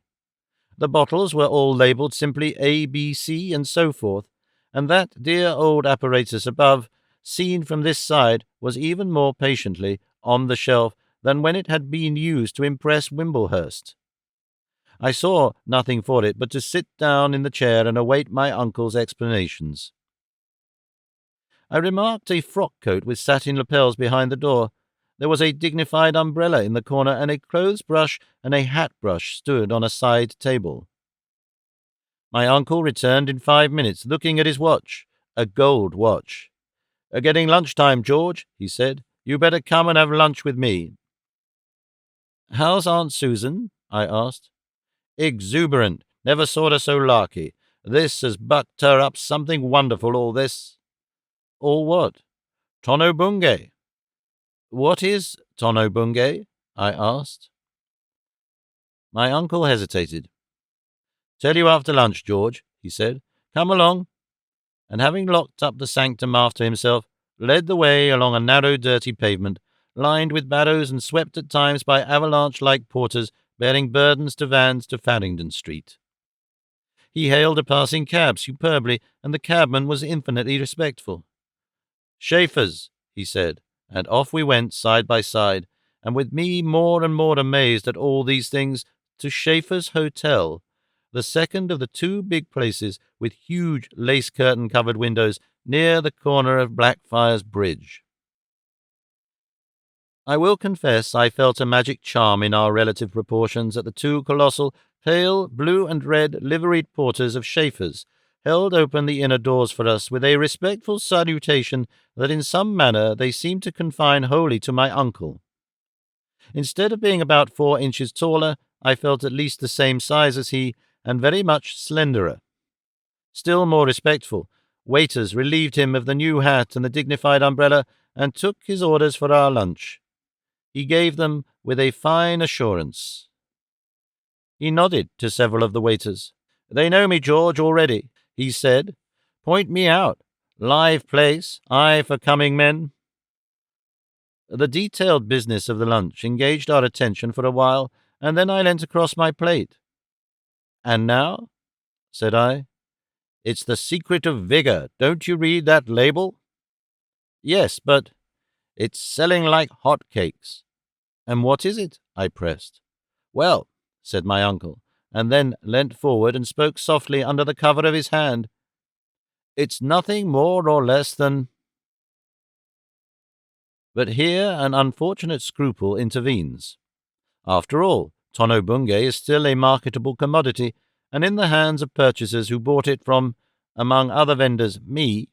No, I am afraid I cannot give it away. You see, said my uncle in a slow, confidential whisper, with eyes very wide and a creased forehead, it's nice because of the— here he mentioned a flavouring matter and an aromatic spirit. It's stimulating because of— here he mentioned two very vivid tonics, one with a marked action on the kidney, and the— here he mentioned two other ingredients. Makes it pretty intoxicating. Cocks their tails, then there's— but I touch on the essential secret. And there you are. I got it out of an old book of recipes, all except the— here he mentioned the more virulent substance, the one that assails the kidneys, which is my idea. Modern touch. There you are. He reverted to the direction of our lunch. Presently he was leading the way to the lounge, sumptuous piece in red morocco and yellow glazed crockery, with incredible vistas of settees and sofas and things, and there I found myself grouped with him in two excessively upholstered chairs, with an earthenware Moorish table between us bearing coffee and Benedictine, and I was tasting the delights of a 10-penny cigar. My uncle smoked a similar cigar in an habituated manner, and he looked energetic and knowing and luxurious, and most unexpectedly a little bounder round the end of it. It was just a trivial flaw upon our swagger, perhaps that we both were clear our cigars had to be mild. He got obliquely across the spaces of his great armchair so as to incline confidentially to my ear. He curled up his little legs, and I, in my longer way, adopted a corresponding receptive obliquity. I felt that we should strike an unbiased observer as a couple of very deep and wily and developing and repulsive persons. I want to let you into this, Puff, George, said my uncle round the end of his cigar, for many reasons. His voice grew lower and more cunning. He made explanations that to my inexperience did not completely explain. I retain an impression of a long credit and a share with a firm of wholesale chemists, of a credit and a prospective share with some pirate printers, of a third share for a leading magazine and newspaper proprietor. I played 'em off one against the other, said my uncle. I took his point in an instant. He had gone to each of them in turn and said the others had come in. I put up £400, said my uncle, myself and my all, and you know— he assumed a brisk confidence. I hadn't 500 pence, at least. For a moment he really was just a little embarrassed. I did, he said, produce capital. You see, there was that trust affair of yours. I ought, I suppose, in strict legality, to have put that straight first. It was a bold thing to do, said my uncle, shifting the venue from the region of honour to the region of courage, and then with a characteristic outburst of piety, thank God it's all come right. And now, I suppose you ask, where do you come in? Well, fact is, I've always believed in you, George. You've got— it's a sort of dismal grit. Bark your shins, rouse you, and you'll go. You'd rush any position you had a mind to rush. I know a bit about character, George, trust me. You've got— he clenched his hands and thrust them out suddenly, and at the same time said with explosive violence, whoosh! Yes, you have. The way you put away that Latin at Wimblehurst, I've never forgotten it. Whoosh! Your science and all that, whoosh! I know my limitations. There's things I can do, and— he spoke in a whisper as though this was the first hint of his life's secret— there's things I can't. Well, I can create this business, but I can't make it go. I'm too voluminous. I'm a boiler over, not a simmering stick at it. You keep on hotting up and hotting up. Papin's digester. That's you, steady and long and piling up. Then whoosh. Come in and stiffen these niggers. Teach them that whoosh. There you are. That's what I'm after. You. Nobody else believes you're more than a boy. Come right in with me and be a man, eh, George? Think of the fun of it. A thing on the go, a real live thing, whooshing it up, making it buzz and spin. Woo! He made alluring, expanding circles in the air with his hand. Eh? His proposal, sinking to confidential undertones again, took more definite shape. I was to give all my time and energy to developing and organizing. You shan't write a single advertisement or give a single assurance, he declared. I can do all that. And the telegram was no flourish. I was to have 300 a year. 300 a year. That's nothing, said my uncle. The thing to freeze onto when the time come is your 10th of the vendor's share. 300 a year certain, anyhow. It was an enormous income to me. For a moment I was altogether staggered. Could there be that much money in the whole concern? I looked about me at the sumptuous furniture of Schaeffer's Hotel. No doubt there were many such incomes. My head was spinning with unwanted Benedictine and Burgundy. "Let me go back and look at the game again," I said. "Let me see upstairs and round about." I did. "What do you think of it all?" my uncle asked at last. "Well, for one thing," I said, "why don't you have those girls working in a decently ventilated room? Apart from any other consideration, they'd work twice as briskly, and they ought to cover the corks before labelling round the bottle." "Why?" said my uncle. "Because they sometimes make a mucker of the cork job, and then the label's wasted." "Come and change it, George," said my uncle with sudden fervour. "Come here and make a machine of it. You can. Make it all slick, and then make it whoosh. I know you can. Oh, I know you can."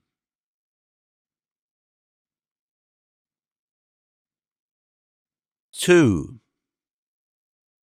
I seem to remember very quick changes of mind after that lunch. The muzzy exaltation of the unaccustomed stimulants gave way very rapidly to a model of pellucid and impartial clairvoyance, which is one of my habitual mental states. It is intermittent. It leaves me for weeks together, I know, but back it comes at last like justice on circuit, and calls up all my impression, all my illusions, all my wilful and passionate proceedings. We came downstairs again into that inner room, which pretended to be a scientific laboratory through its high glass lights, and indeed was a lurking place. My uncle pressed a cigarette on me, and I took it and stood before the empty fireplace while he propped his umbrella in the corner, deposited the new silk hat that was a little too big for him on the table, blew copiously, and produced a second cigar. It came into my head that he had shrunken very much in size since the Wimblehurst days, that the cannonball he had swallowed was rather more evident and shameless than it had been, his skin less fresh, and the nose between his glasses, which still didn't quite fit, much redder. And just then he seemed much laxer in his muscles and not quite as alertly quick in his movements. But he evidently wasn't aware of the degenerative nature of his changes as he sat there, looking suddenly quite little under my eyes. "Well, George," he said, quite happily unconscious of my silent criticism, "what do you think of it all?" "Well," I said, "in the first place, it's a damned swindle." "Tut, tut," said my uncle, "it's as straight as it's fair trading." "So much the worse for trading," I said. "It's the sort of thing everybody does. After all, there's no harm in the stuff, and it may do good. It might do a lot of good, giving people confidence, for instance, against an epidemic. See? Why not? Don't see where your swindle comes in." I said. "It's a thing you either see or you don't see." "I'd like to know what sort of trading isn't a swindle in its way. Everybody who does a large advertised trade is selling something common on the strength of saying it's uncommon. Look at Chickson. They made him a baronet. Look at Lord Radmore, who did it on lying about the alkaline soap. Ripping ads, those were of his too." "You don't mean to say you think doing this stuff up in bottles and swearing it's the quintessence of strength and making poor devils buy it at that is straight?" "Why not, George? How do we know it mayn't be the quintessence to them so far as they're concerned?" "Oh," I said, and shrugged my shoulders. "There's faith. You put faith in 'em. I grant our labels are a bit emphatic. Christian Science, really. No good setting people against a medicine. Take me a solitary trade nowadays that hasn't to be emphatic. It's the modern way. Everybody understands it. Everybody allows for it." "But the world would be no worse and rather better if all this stuff of yours was run down a conduit into the Thames." Don't see that, George, at all. Among other things, all our people would be out of work, unemployed. I grant you Tono-Bungay may be not quite so good a find for the world as Peruvian bark, but the point is, George, it makes trade, and the world lives on trade. Commerce, a romantic exchange of commodities and property. Romance, imagination, see? You must look at these things in a broad light. Look at the wood and forget the trees. And hang it, George, we got to do these things. There's no way unless you do. What do you mean to do, anyhow? There's ways of living, I said, without either fraud or lying. You're a bit stiff, George. There's no fraud in this affair, I'll bet my hat. But what do you propose to do? Go as a chemist to someone who is running a business and draw a salary without a share like I offer you? Much sense in that. It comes out of the swindle, as you call it, just the same. Some businesses are straight and quiet, anyhow. Supply a sound article that is really needed. Don't shout advertisements. No, George, there you're behind the times. The last of that sort was sold up about 5 years ago. Well, there's scientific research. And who pays for that? Who put up that big City and Guilds place at South Kensington? Enterprising businessmen. They fancy they'll have a bit of science going on. They want a handy expert ever and again, and there you are. And what do you get for research when you've done it? Just a bare living and no outlook. They just keep you to make discoveries, and if they fancy they'll use them, they do. One can teach. How much a year, George? How much a year? I suppose you must respect Carlyle. Well, you take Carlyle's test, Solvency. Lord, what a book that French Revolution of his is. See what the world pays teachers and discoverers and what it pays businessmen. That shows the ones it really wants. There's a justice in these big things, George, over and above the apparent injustice. I tell you it wants trade. It's trade that makes the world go round. Argosies, Venice, Empire. My uncle suddenly rose to his feet. You think it over, George. You think it over and come up on Sunday to the new place. We got rooms in Gower Street now, and see your aunt. She's often asked for you, George, often and often, and throw it up at me about that bit of property, though I've always said, and always will, that 25 shillings in the pound is what I'll pay you, and interest up to the nail. And think it over. It isn't me I ask you to help. It's yourself. It's your Aunt Susan. It's the whole concern. It's the commerce of your country, and we want you badly. I tell you straight, I know my limitations. You could take this place, you could make it go. I can see you at it. Looking rather sour. Whoosh is the word, George. And he smiled endearingly. I got to dictate a letter, he said, ending the smile, and vanished into the outer room.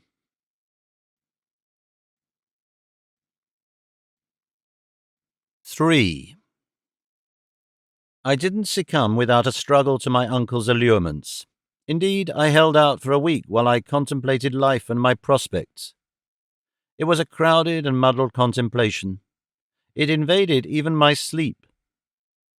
My interview with the registrar, my talk with my uncle, my abrupt discovery of the hopeless futility of my passion for Marian had combined to bring me to a sense of crisis. What was I going to do with life? I remember certain phases of my indecisions very well. I remember going home from our talk. I went down Farringdon Street to the Embankment because I thought to go home by Holborn and Oxford Street would be too crowded for thinking.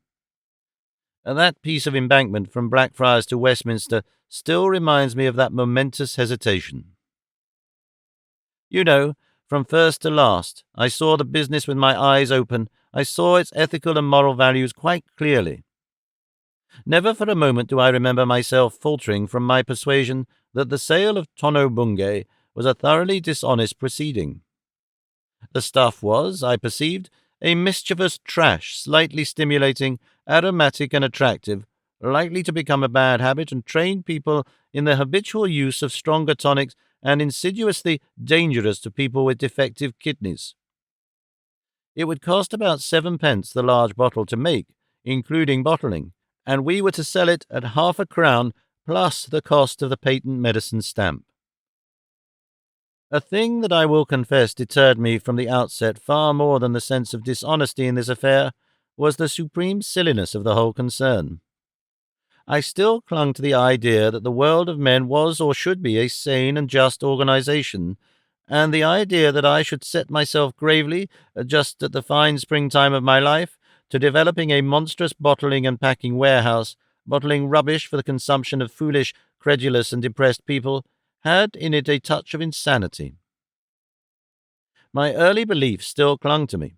I felt assured that somewhere there must be a hitch in the fine prospect of ease and wealth under such conditions, that somewhere, a little overgrown perhaps, but still traceable, lay a neglected, wasted path of use and honour for me.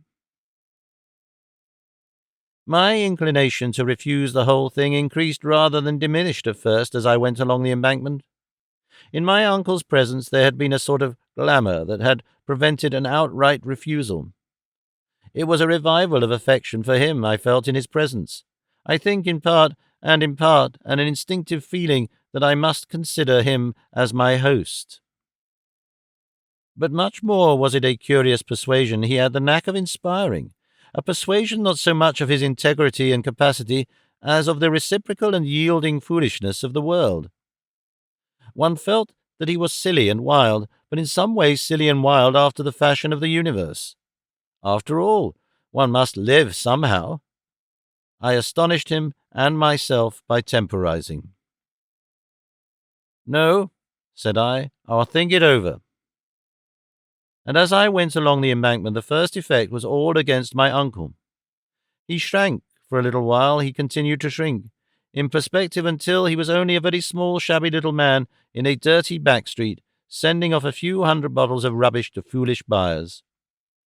The great buildings on the right of us, the inns and the social board place, as it was then, Somerset House, the big hotels, the great bridges, Westminster's outlines ahead, had an effect of grey largeness that reduced him to the proportions of a busy black beetle in a crack in the floor.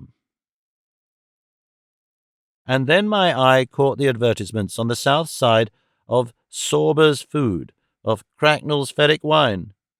Very bright and prosperous signs, illuminated at night, and I realized how astonishingly they looked at home there, how evidently part they were in the whole thing. I saw a man come charging out of Palace Yard. The policeman touched his helmet to him, with a hat and a bearing astonishingly like my uncle's.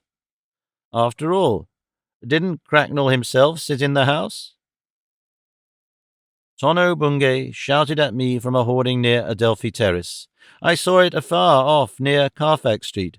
It cried out again upon me in Kensington High Street, and burst into a perfect clamour. 6 or 7 times I saw it as I drew near my diggings. It certainly had an air of being something more than a dream.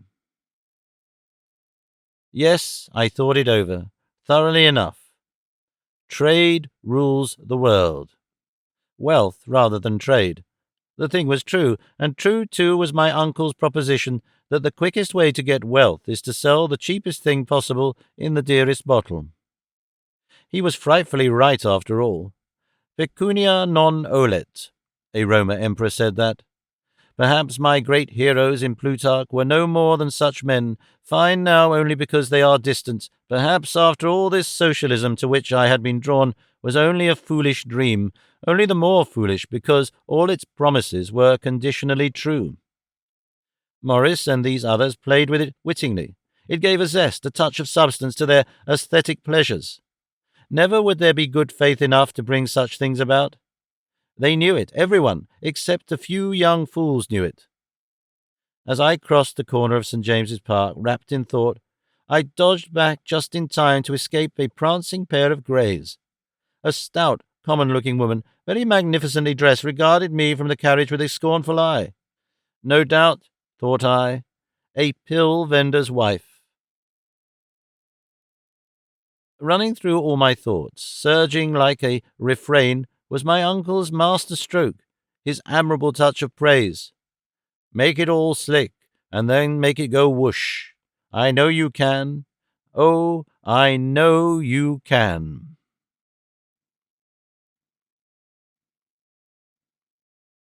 4. Ewert as a moral influence was unsatisfactory. I had made up my mind to put the whole thing before him, partly to see how he took it, and partly to hear how it sounded when it was said. I asked him to come and eat with me in an Italian place near Panton Street, where one could get a curious, interesting, glutting sort of dinner for 18 pence. He came with a disconcerting black eye that he wouldn't explain. Not so much a black eye, he said, as the aftermath of a purple patch. What's your difficulty? I'll tell you with the salad, I said. But as a matter of fact, I didn't tell him. I threw out that I was doubtful whether I ought to go into trade or stick to teaching in view of my deepening socialist proclivities, and he, warming with the unaccustomed generosity of a 16-penny Chianti, ran on from that without any further inquiry as to my trouble. His utterances roved wide and loose. The reality of life, my dear Ponderevo, I remember him saying very impressively and punctuating with the nutcrackers as he spoke, is chromatic conflict and form. Get hold of that and let all these other questions go. The socialist will tell you one sort of colour and shape is right, the individualist another. What does it all amount to? What does it all amount to? Nothing. I have no advice to give anyone except to avoid regrets. Be yourself. Seek after such beautiful things as your own sense determines to be beautiful. And don't mind the headache in the morning. For what, after all, is a morning, Ponderevo? It isn't like the upper part of a day. He paused impressively. What rot, I cried, after a confused attempt to apprehend him. Isn't it? And it's my bedrock wisdom in the matter. Take it or leave it, my dear George, take it or leave it. He put down the nutcrackers out of my reach and lugged a greasy-looking notebook from his pocket. I'm going to steal this mustard pot, he said. I made noises of remonstrance. Only as a matter of design. I've got to do an old beast's tomb. Wholesale grocer. I'll put it on his corners, 4 mustard pots. I dare say he'd be glad of a mustard plaster now to cool him, poor devil, where he is. But anyhow, here goes.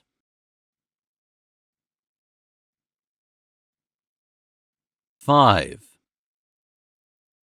It came to me in the small hours that the real moral touchstone for this great doubting of mind was Marian. I lay composing statements of my problem and imagined myself delivering them to her, and she, goddess-like and beautiful, giving her fine, simply worded judgment. You see, it's just to give oneself over to the capitalist system, I imagined myself saying in good socialist jargon. It's surrendering all one's beliefs. We may succeed, we may grow rich, but where would the satisfaction be? And then she would say, no, that wouldn't be right. But the alternative is to wait.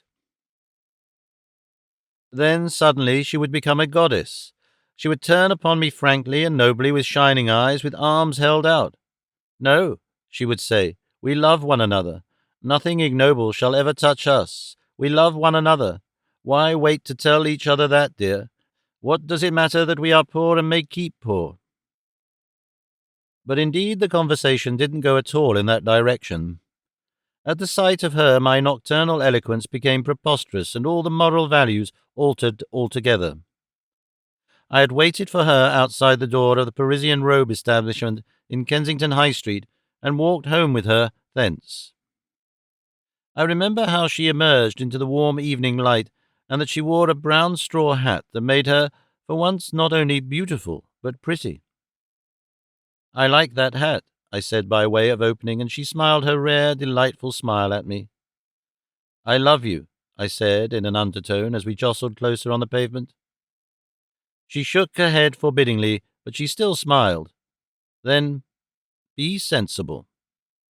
The High Street pavement is too narrow and crowded for conversation, and we were some way westward before we spoke again. Look here, I said. I want you, Marian. Do you understand? I want you. Now? She cried warningly.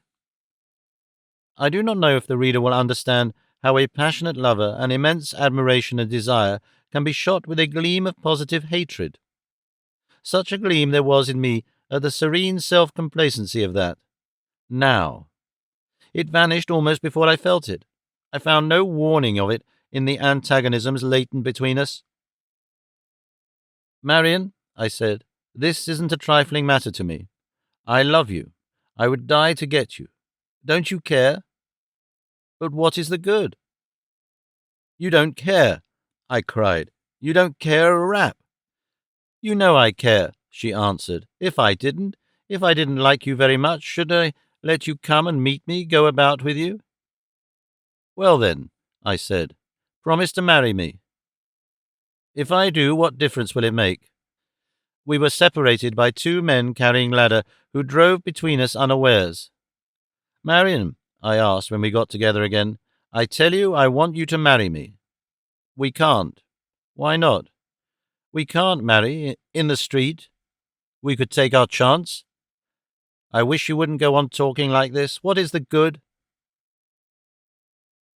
She suddenly gave way to gloom.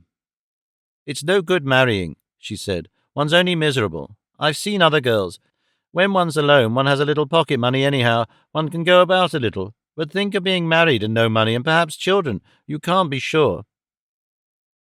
She poured out this concentrated philosophy of her class and type in jerky, uncompleted sentences, with knitted brows, with discontented eyes towards the westward glow, forgetful, it seemed, for a moment even of me. Look here, Marian, I said abruptly. What would you marry on?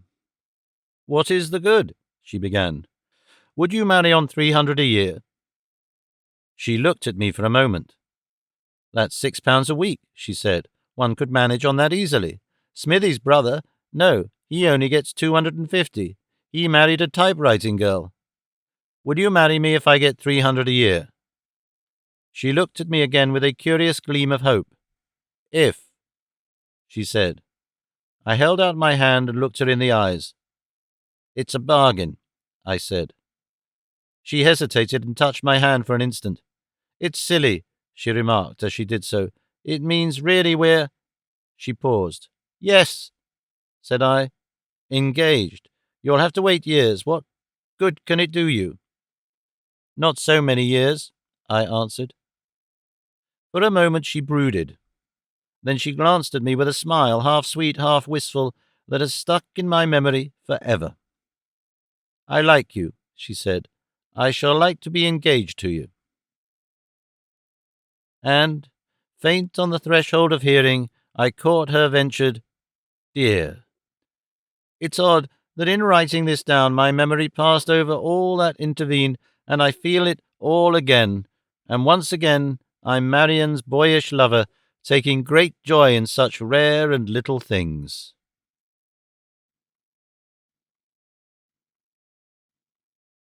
Six. At last I went to the address my uncle had given me in Gower Street, and found my Aunt Susan waiting tea for him.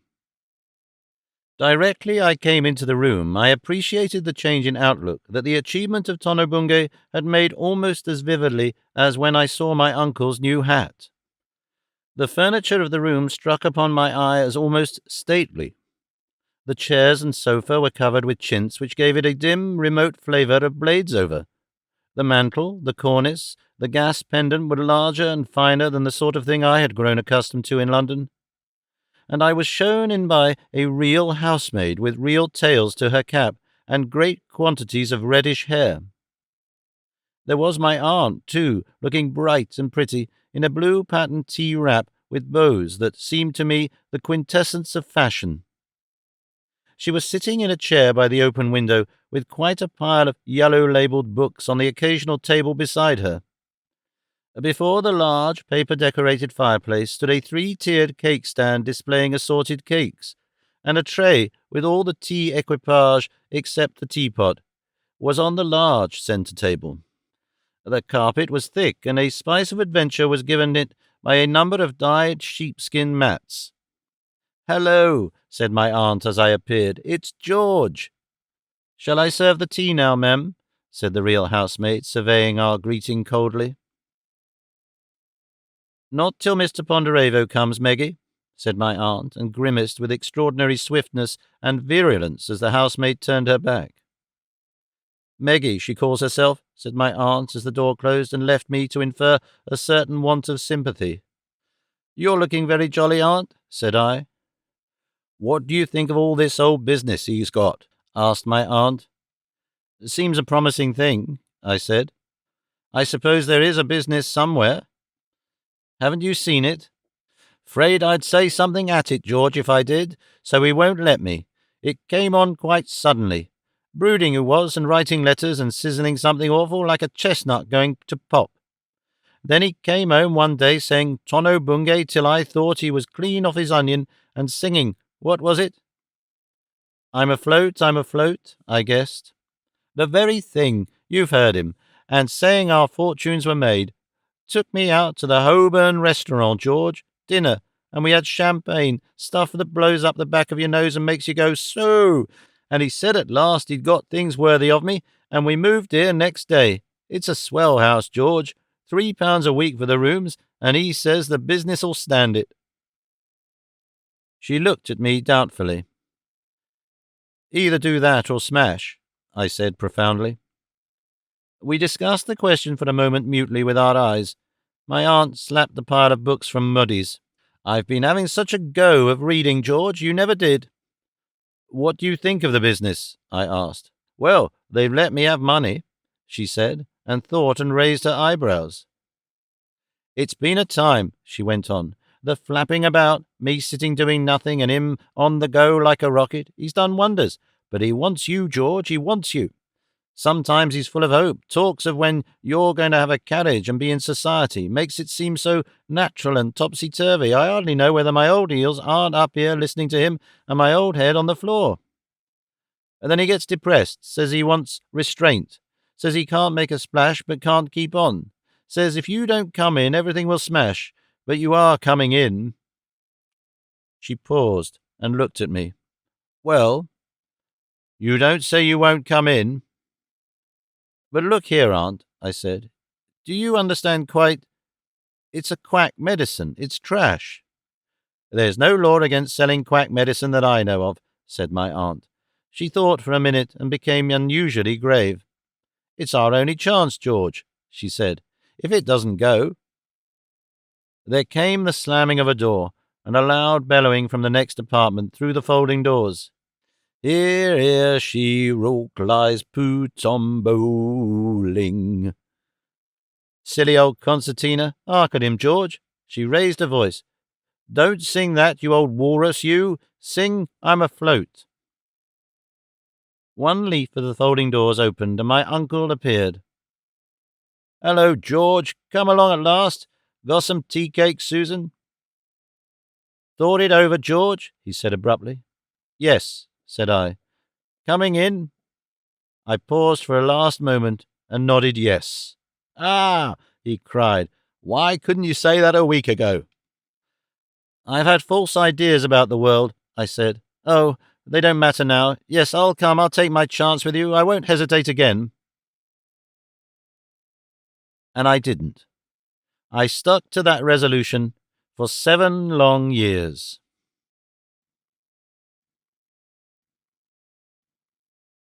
Chapter the 3rd.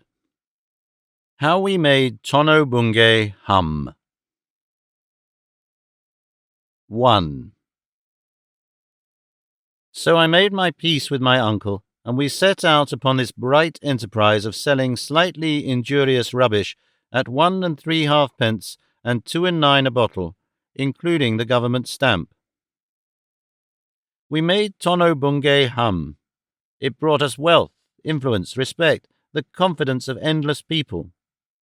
All that my uncle promised me proved truth and understatement. Tono-Bungay carried me to freedoms and powers that no life of scientific research, no passionate service of humanity could ever have given me. It was my uncle's genius that did it. No doubt he needed me. I was, I will admit, his indispensable right hand, but his was the brain to conceive. He wrote every advertisement, some of them even he sketched.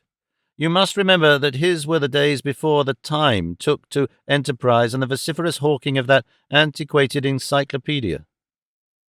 That alluring buttonholing, let me just tell you quite soberly something you ought to know style of newspaper advertisement, with every now and then a convulsive jump of some attractive phrase into capitals, was then almost a novelty. Many people who are moderately well think they are quite well, was one of his early efforts. The jerks in capitals were, do not need drugs or medicine, and simply a proper regimen to get you in tone. One was warned against the chemist or druggist who pushed much advertised nostrums on one's attention. That trash did more harm than good. The thing needed was regimen and Tono-Bungay. Very early, too, was that bright little quarter column. At least it was usually a quarter column in the evening papers. Hilarity. Tono-Bungay like mountain air in the veins. The penetrating trio of questions. Are you bored with your business? Are you bored with your dinner? Are you bored with your wife? That, too, was in our Gower Street days. Both these we had in our first campaign when we worked London South Central and West, and then, too, we had our first poster, the Health, Beauty and Strength one. That was his design. I happen still to have got by me the first sketch he made for it. I have reproduced it here with one or two others to enable the reader to understand the mental quality that initiated these familiar ornaments of London. The second one is about 18 months later, the germ of the well-known Fog poster. The third was designed for an influenza epidemic but never issued. These things were only incidental in my department. I had to polish them up for the artist and arrange the business of printing and distribution, and after my uncle had had a violent and needless quarrel with the advertising manager of the Daily Regulator about the amount of display given to one of his happy thoughts, I also took up the negotiations of advertisements for the press. We discussed and worked out distribution together, first in the drawing-room floor in Gower Street, with my aunt sometimes helping very shrewdly, and then, with a steadily improving type of cigar and older whisky, in his smuggery at their first house, the one in Beckenham. Often we worked far into the night, sometimes until dawn. We really worked infernally hard, and I recall we worked with a very decided enthusiasm, not simply on my uncle's part, but mine. It was a game, an absurd but absurdly interesting game, and the points were scored in cases of bottles. People think a happy notion is enough to make a man rich, that fortunes can be made without toil. It's a dream, as every millionaire except one or two lucky gamblers can testify. I doubt if J.D. Rockefeller in the early days of Standard Oil worked harder than we did. We worked far into the night, and we also worked all day. We made a rule to be always dropping in at the factory unannounced to keep things right, for at first we could afford no properly responsible underlings, and we travelled London pretending to be our own representatives and making all sorts of special arrangements. But none of this was my special work, and as soon as we could get other men in, I dropped the travelling, though my uncle found it particularly interesting and kept it up for years. "Does me good, George, to see the chaps behind the counters like I was once," he explained.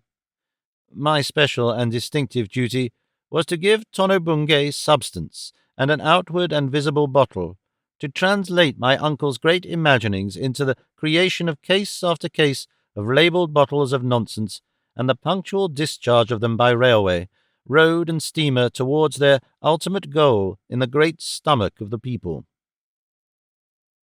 By all modern standards, the business was, as my uncle would say, absolutely bona fide. We sold our stuff and got the money, and spent the money honestly in lies and clamour to sell more stuff. Section by section, we spread it over the whole of the British Isles, first working the middle-class London suburbs, then the outer suburbs, then the home counties, then going, with new bills and a more pious style of ad, into Wales, a great field always for a new patent machine, and then into Lancashire. My uncle had in his inner office a big map of England, and as we took up fresh sections of the local press and our consignments invaded new areas, flags for advertisements and pink underlines for orders showed our progress. "The romance of modern commerce, George," my uncle would say, rubbing his hands together and drawing in air through his teeth. "The romance of modern commerce, eh? Conquest, province by province, like Sojours. We subjugated England and Wales. We rolled over the Cheviots with a special adaptation containing 11% of absolute alcohol. Tono-Bungay Thistlebrand. We also had the fog poster adapted to a kilted Britain in a misty Highland scene." Under the shadow of our great leading line, we were presently taking subsidiary specialities into action. Tono-Bungay hair stimulant was our first supplement, and then came concentrated Tono-Bungay for the eyes. That didn't go, but we had a considerable success with the hair stimulant. We broached the subject, I remember, in a little catechism beginning, "Why does the hair fall out? Because the follicles are fagged. What are the follicles?" So it went on to the climax that the hair stimulant contained all the essential principles of that most reviving tonic, Tono-Bungay, together with an emollient and nutritious oil derived from crude's neat foot oil by a process of refinement, separation, and deodorization. It will be manifest to any one of scientific attainments that in neat's foot oil, derived from the hooves and horns of beasts, we must necessarily have a natural skin and hair lubricant. And we also did admirable things with our next subsidiaries, Tono-Bungay lozenges and Tono-Bungay chocolate. These we urged upon the public for their extraordinary nutritive and recuperative value in cases of fatigue and strain. We gave them posters and illustrated advertisements showing climbers hanging from marvellously vertical cliffs, cyclist champions upon the track, mounted messengers engaged in Aix to Ghent rides, soldiers lying out in action under a hot sun. "You can go for 24 hours, we declared, on Tono-Bungay chocolate. We didn't say whether you could return on the same commodity. We also showed a dreadfully barristerish barrister, wig, side whiskers, teeth, a horribly lifelike portrait of all existing barristers, talking at a table, and beneath this legend, "A 4 hours speech on Tono-Bungay lozenges, and as fresh as when he began." Then brought in regiments of school teachers, revivalist ministers, politicians, and the like. I really do believe there was an element of kick in the strychnine in those lozenges, especially in those made according to our earlier formula. For we altered all our formulae, invariably weakening them enormously as sales got ahead. In a little while, so it seems to me now, we were employing travellers and opening up Great Britain at the rate of 100 square miles a day.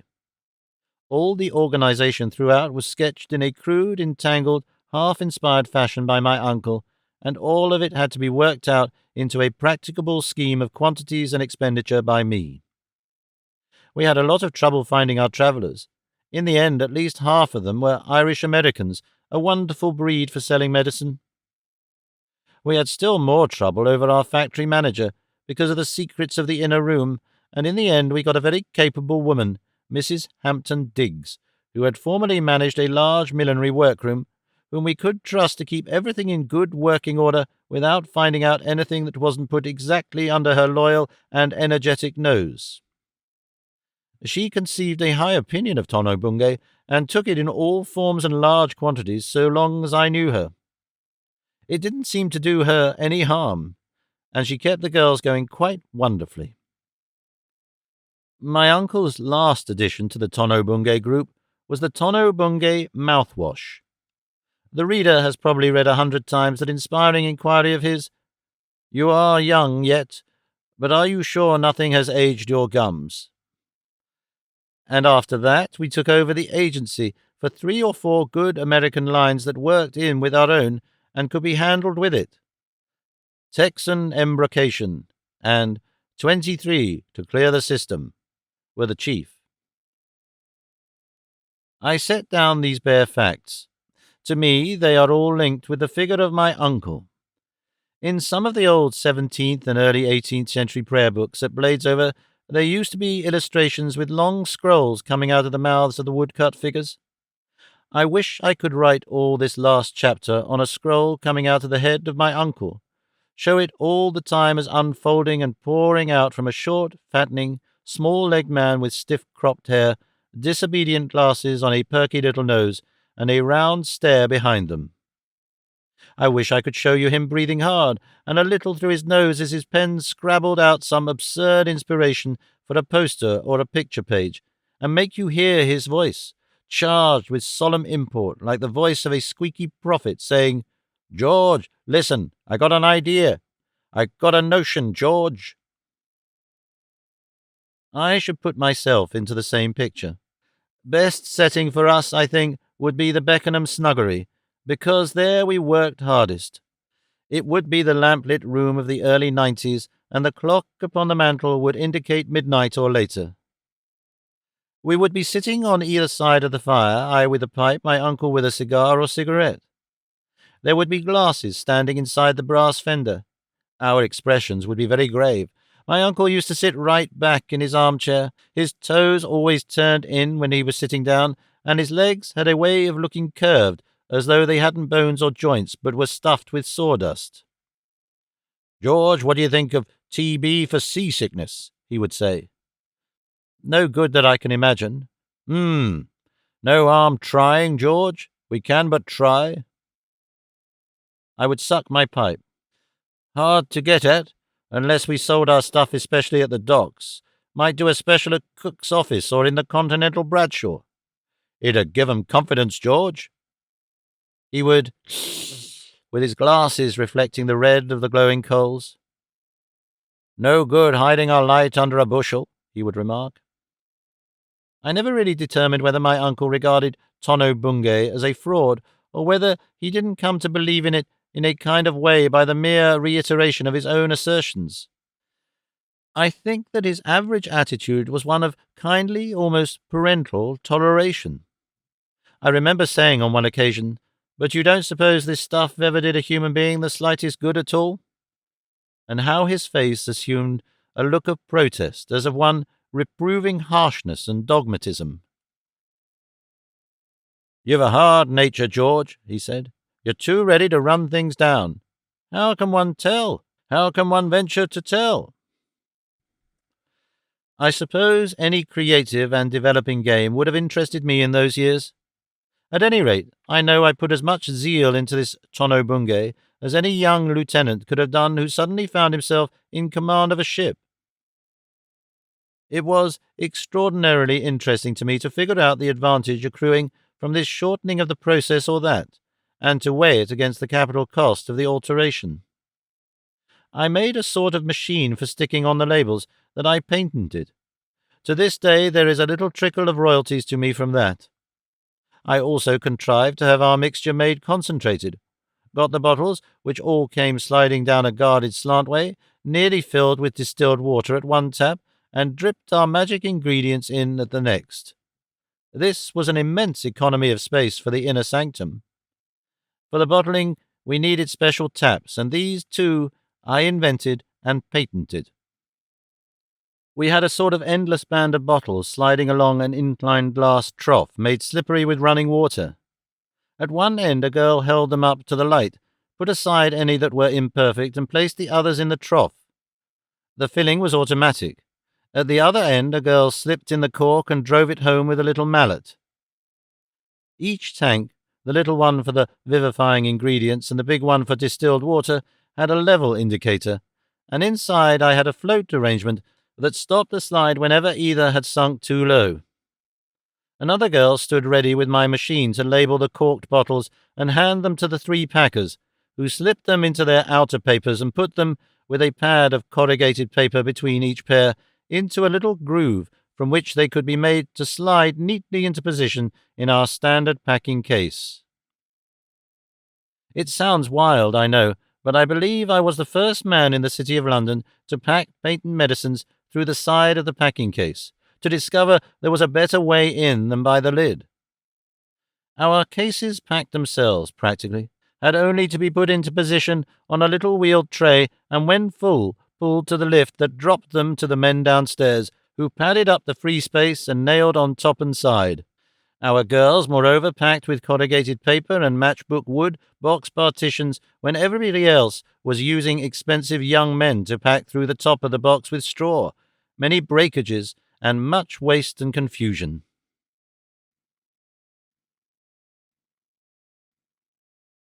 2. As I look back at them now, those energetic years seem all compacted to a year or so. From the days of our first hazardous beginning in Farringdon Street, with barely £1,000 worth of stuff or credit all told, and that got by something perilously like snatching, to the days when my uncle went to the public on behalf of himself and me, 1/10 share, and our silent partners, the drug wholesalers and the printing people, and the owner of that group of magazines and newspapers, to ask with honest confidence for £150,000. Those silent partners were remarkably sorry, I know, that they had not taken larger shares and given us longer credit when the subscriptions came pouring in. My uncle had a clear half to pay with, including the 1/10 understood to be mine. £150,000, think of it. For the goodwill in a string of lies and a trade in bottles of mitigated water.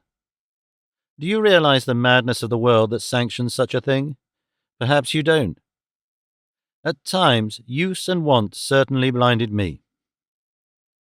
If it had not been for Ewert, I don't think I should have had an inkling of the wonderfulness of this development of my fortunes. I should have grown accustomed to it, fallen in love with all its delusions, as completely as my uncle presently did. He was immensely proud of the flotation. "They've never been given such value," he said, "for a dozen years." But Ewert, with his gesticulating hairy hands and bony wrists, his single-handed chorus to all this as it played itself over again in my memory, and he kept my fundamental absurdity illuminated for me during all this astonishing time. "It's just on all fours with the rest of things," he remarked, "only more so. You needn't think you're anything out of the way." I remember one disquisition very distinctly. It was just after Ewert had been to Paris on a mysterious expedition to rough in some work for a rising American sculptor.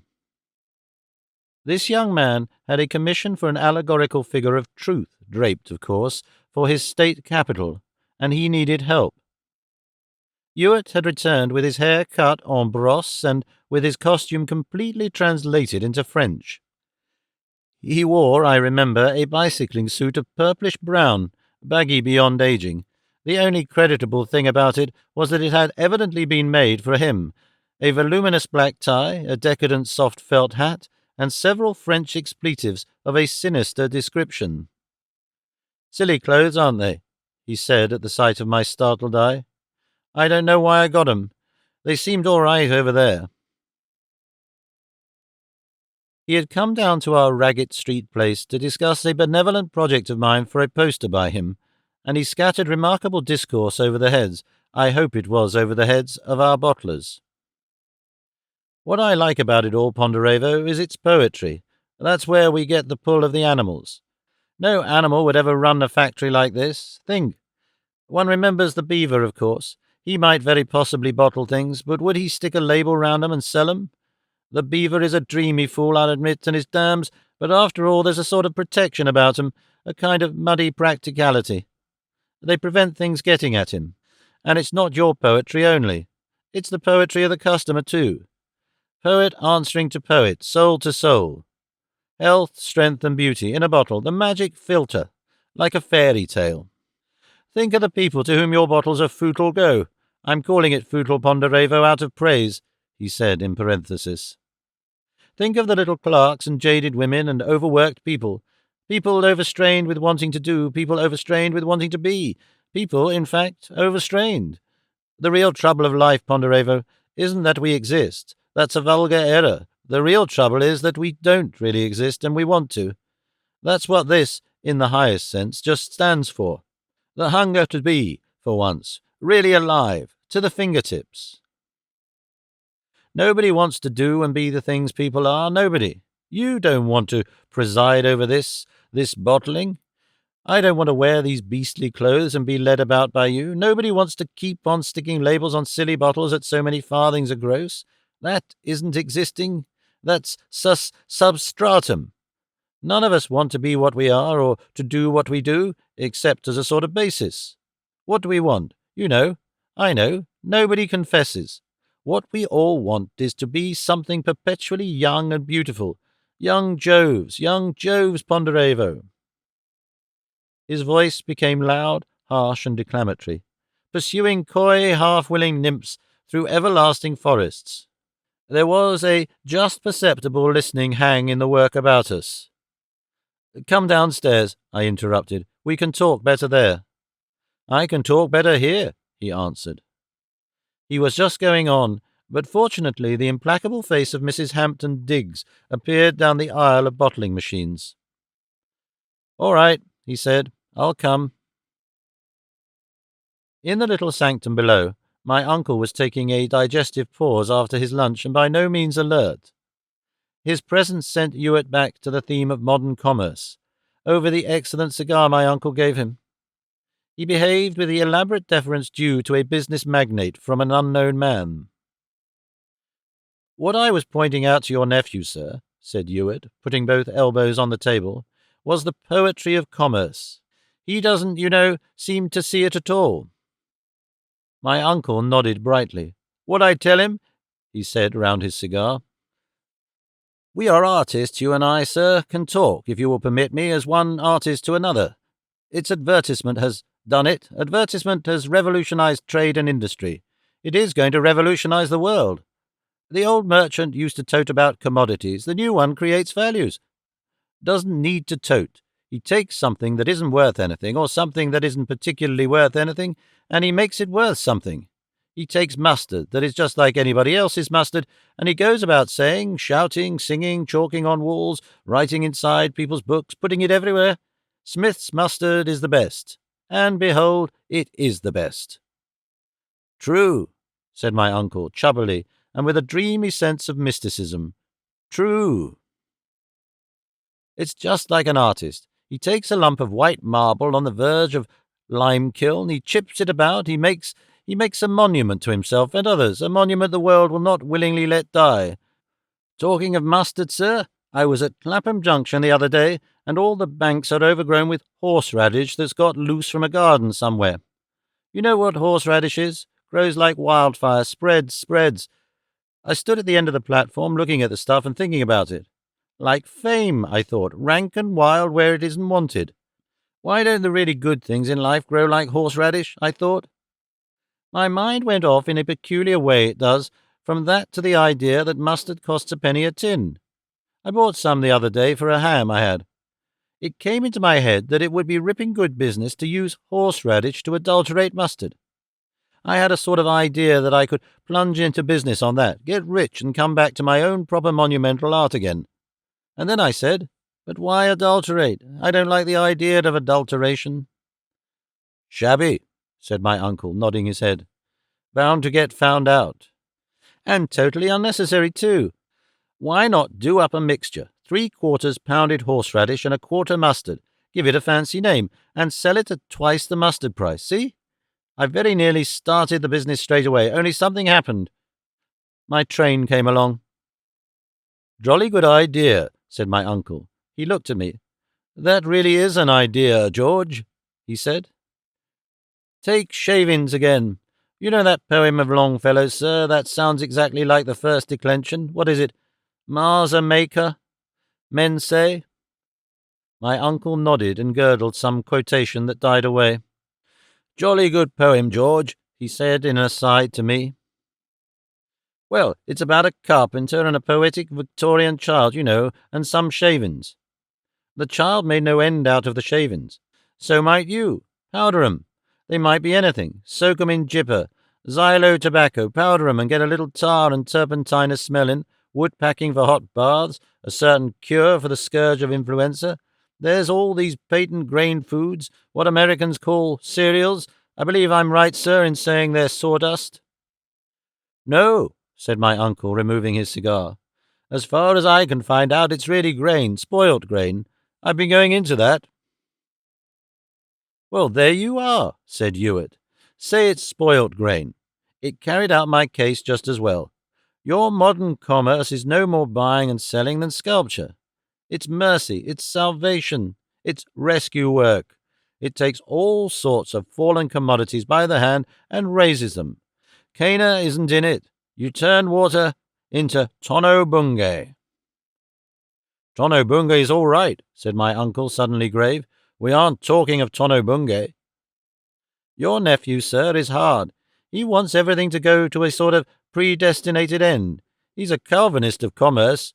Offer him a dustbin full of stuff, he calls it refuse, passes by on the other side. Now you, sir, you'd make cinders respect themselves. My uncle regarded him dubiously for a moment, but there was a touch of appreciation in his eye. Might make 'em into a sort of sanitary brick, he reflected over his cigar end. Or a friable biscuit. Why not? You might advertise. Why are birds so bright? Because they digest their food perfectly. Why do they digest their food so perfectly? Because they have a gizzard. Why hasn't a man a gizzard? Because he can buy Ponderevo's Ashfelt Triturating Friable Biscuit. Which is better? He delivered the last words in a shout, with his hairy hand flourished in the air. Damn clever fellow, said my uncle after he had won. I know a man when I see one. He'd do, but drunk, I should say. But that only makes some chap brighter. If he wants to do that poster, he can. That idea of his about the horseradish. There's something in that, George. I'm going to think over that. I may say at once that my poster project came to nothing in the end, though Ewert devoted an interesting week to the matter. He let his unfortunate disposition to irony run away with him. He produced a picture of two beavers with a subtle likeness, he said, to myself and my uncle. The likeness to my uncle certainly wasn't half bad, and they were bottling rows and rows of Tono-Bungay with the legend Modern Commerce. It certainly wouldn't have sold a case, though he urged it on me one cheerful evening on the ground that it would arouse curiosity. In addition, he produced a quite shocking study of my uncle, excessively and needlessly nude, but, so far as I was able to judge, an admirable likeness, engaged in feats of strength of a gargantuan type before an audience of debauched and shattered ladies. The legend, Health, Beauty, Strength, below, gave a needed point to his parody. This he hung up in the studio over the oil shop, with a flap of brown paper, by way of a curtain over it to accentuate its libellous offence.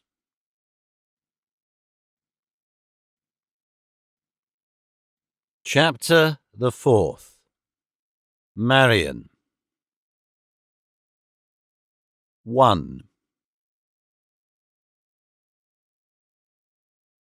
As I look back on those days in which we built up the great Tono-Bungay property out of human hope and credit for bottles and rent and printing, I see my life, as it were, arranged in two parallel columns of unequal width, a wider, more diffused, eventful and various one which continually broadens out, the business side of my life, and a narrow, darker and darkling one shot ever and again with a gleam of happiness, my home life with Marian. For of course I married Marian. I didn't, as a matter of fact, marry her until a year after Tono-Bungay was thoroughly afloat, and then only after conflicts and discussions of a quite strenuous sort. By that time I was 24. It seems the next thing to childhood now. We were both in certain directions unusually ignorant and simple.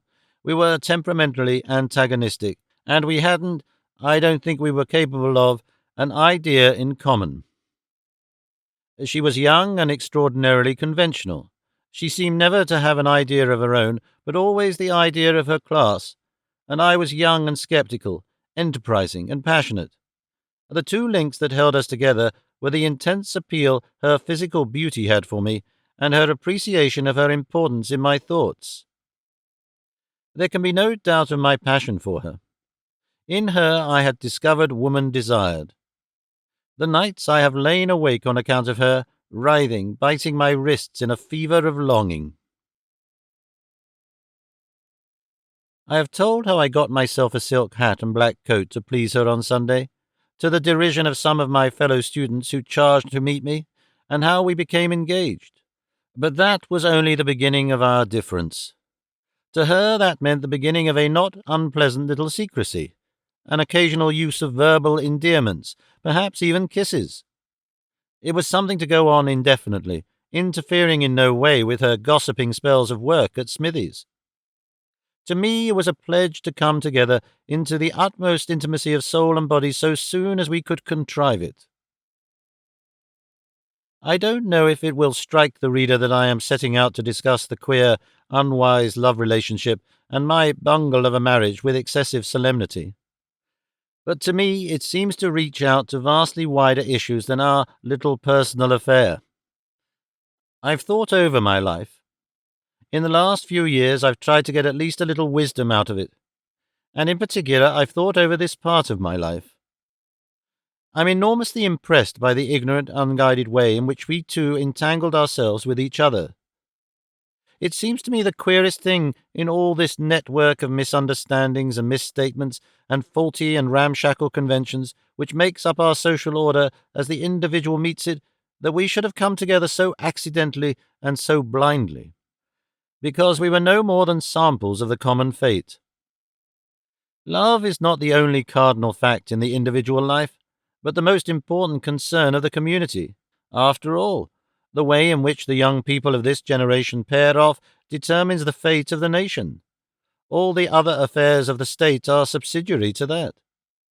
And we leave it to flushed and blundering youth to stumble on its own significance, with nothing to guide in but shocked looks and sentimental twaddle and base whisperings and cant-smeared examples. I have tried to indicate something of my own sexual development in the preceding chapter. Nobody was ever frank and decent with me in this relation. Nobody, no book, ever came and said to me, thus and thus is the world made, and so is necessary. Everything came obscurely, indefinitely, perplexingly, and all I knew of law or convention in the matter had the form of threatenings and prohibitions. Except through the furtive, shameful talk of my coevals at Goudhurst and Wimblehurst, I was not even warned against quite horrible dangers. My ideas were made partly of instinct, partly of a romantic imagination, partly woven out of a medley of scraps of suggestion that came to me haphazard. I had read widely and confusedly Vathek, Shelley, Tom Paine, Plutarch, Carlyle, Haeckel, William Morris, the Bible, the Free Thinker, the Clarion, the Woman Who Did. I mention the ingredients that come first to mind. All sorts of ideas were jumbled up in me, and never a lucid explanation. But it was evident to me that the world regarded Shelley, for example, as a very heroic as well as beautiful person, and that to defy convention and succumb magnificently to passion was the proper thing to do to gain the respect and affection of all decent people. And the make-up of Marian's mind in the matter was an equally irrational affair. Her training had been one not simply of silences but suppressions. An enormous force of suggestion had so shaped her that the intense natural fastidiousness of girlhood had developed into an absolute perversion of instinct. For all that is cardinal in this essential business of life, she had one inseparable epithet: horrid. Without any such thing she would have been a shy lover, but now she was an impossible one. For the rest, she had derived, I suppose, partly from the sort of fiction she got from the public library, and partly from the workroom talk at Smithies. So far as the former origin went, she had no idea of love as a state of worship and service on the part of the man, and of condescension on the part of the woman. There was nothing horrid about it in any fiction she had read. The man gave presents, did services, sought to be in every way delightful. The woman went out with him, smiled at him, was kissed by him in decorous secrecy, and if he chanced to offend, denied her countenance and presence. Usually she did something for his good to him, made him go to church, made him give up smoking or gambling, smartened him up. Quite at the end of the story came a marriage, and after that the interest ceased.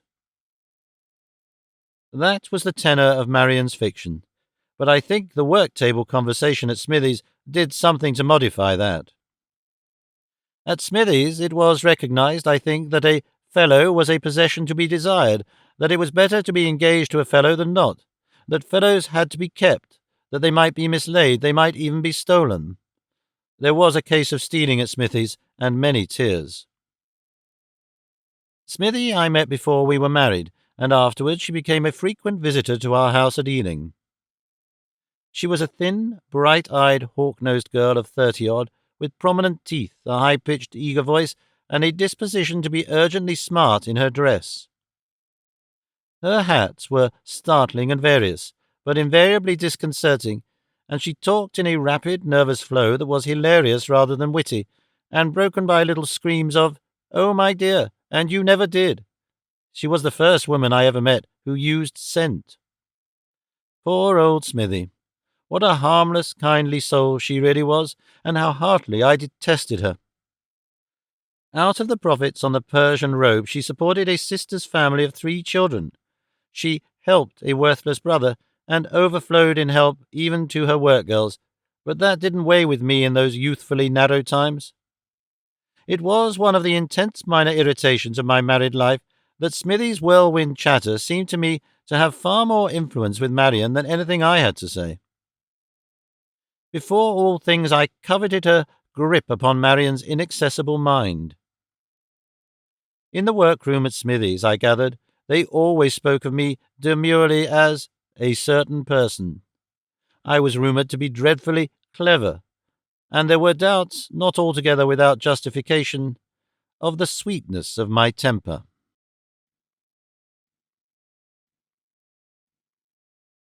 2.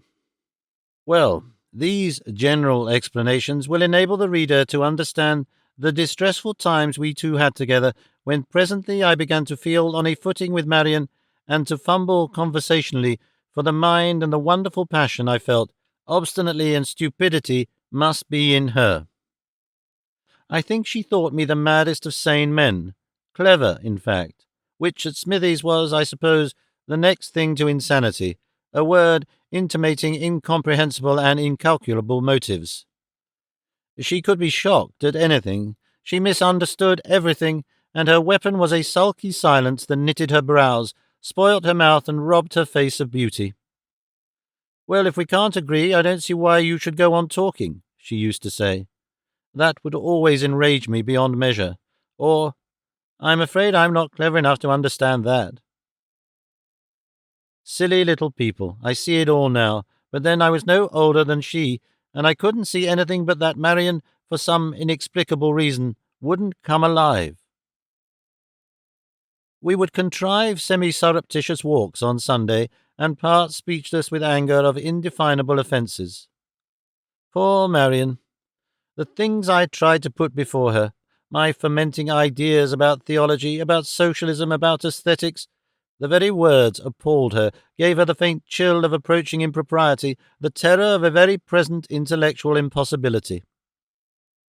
Then, by an enormous effort, I would suppress myself for a time, and continue a talk that made her happy, about Smithy's brother, about the new girl who had come to the workroom, about the house we would presently live in. But there we differed a little. I wanted to be accessible to St. Paul's or Cannon Street station, and she had set her mind quite resolutely upon eating. It wasn't by any means quarrelling all the time, you understand.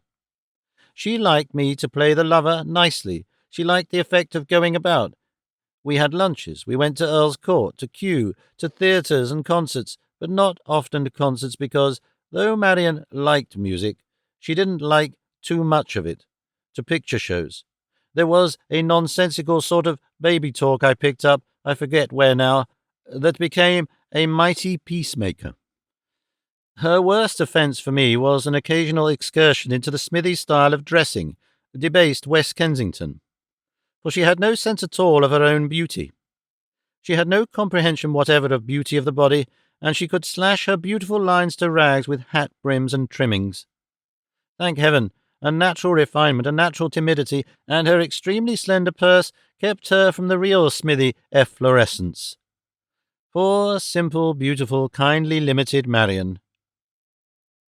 Now that I am 45, I can look back at her with all my admiration and none of my old bitterness, with a new affection and not a scrap of passion, and take her part against the equally stupid, drivingly energetic, sensuous, intellectual sprawl I used to be.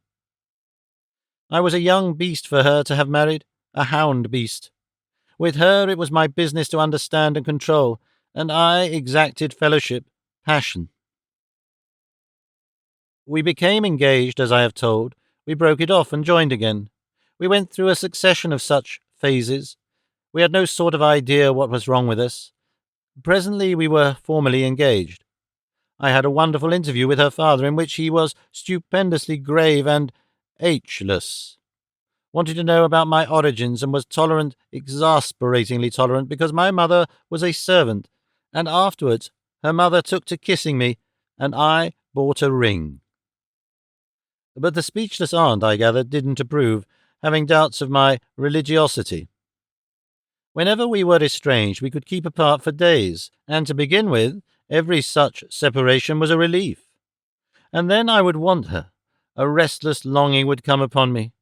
I would think of the flow of her arms, of the soft, gracious bend of her body. I would lie awake or dream of a transfigured Marian of light and fire. It was indeed Dame Nature driving me on to womankind in her stupid, inexorable way, but I thought it was the need of Marian that troubled me. So I always went back to Marian at last and made it up and more or less conceded or ignored whatever thing had parted us, and more I urged her to marry me. In the long run, that became a fixed idea. It entangled my will and my pride. I told myself I was not going to be beaten. I hardened to the business. I think, as a matter of fact, my real passion for Marian had waned enormously long before we were married, that she had lived it down by sheer irresponsiveness. When I felt sure of my 300 a year, she stipulated for delay, 12 months' delay, to see how things would turn out. There were times when she seemed simply an antagonist holding out irritatingly against something I had to settle. Moreover, I began to be greatly distracted by the interest and excitement of Tono-Bungay's success, by the change and movement in things, the going to and fro. I would forget her for days together, and then desire her with an irritating intensity at last. One Saturday afternoon, after a brooding morning, I determined almost savagely that these delays must end. I went off to the little home at Walham Green, and made Marian come with me to Putney Common. Marian wasn't at home when I got there, and I had to fret for a time and talk to her father, who was just back from his office, he explained, and enjoying himself in his own way in the greenhouse. "I'm going to ask your daughter to marry me," I said. "I think we've been waiting long enough." "I don't approve of long engagements either," said her father, "but Marian will have her own way about it anyhow. Seen this new powdered fertilizer?" I went in to talk to Mrs. Ramboat. "She'll want time to get her things," said Mrs. Ramboat. I and Marian sat down together on a little seat under some trees at the top of Putney Hill, and I came to my point abruptly. "Look here, Marian," I said. "Are you going to marry me, or are you not?" She smiled at me. "Well," she said, "we're engaged, aren't we?" "That can't go on forever. Will you marry me next week?" She looked me in the face. "We can't," she said. "You promised to marry me when I had 300 a year." She was silent for a space. "Can't we go on for a time as we are? We could marry on 300 a year, but it means a very little house. There's Smithy's brother. They manage on 250, but that's very little. She says they have a semi-detached house almost on the road and hardly a bit of garden. And the wall next door is so thin they hear everything. When her baby cries, they rap, and people stand against the railings and talk. Can't we wait? You're doing so well." An extraordinary bitterness possessed me at this invasion of the stupendous, beautiful busyness of love by sordid necessity. I answered her with immense restraint. "If," I said, "we could have a double-fronted detached house, at Ealing, say, with a square patch of lawn in front and a garden behind, and a tiled bathroom, that would be £60 a year at least." "Which means 500 a year." "Yes. Well, you see, I told my uncle I wanted that, and I've got it." "Got what?" £500 a year. £500? I burst into laughter that had more than a taste of bitterness. Yes, I said. Really? And now what do you think? Yes, she said, a little flushed.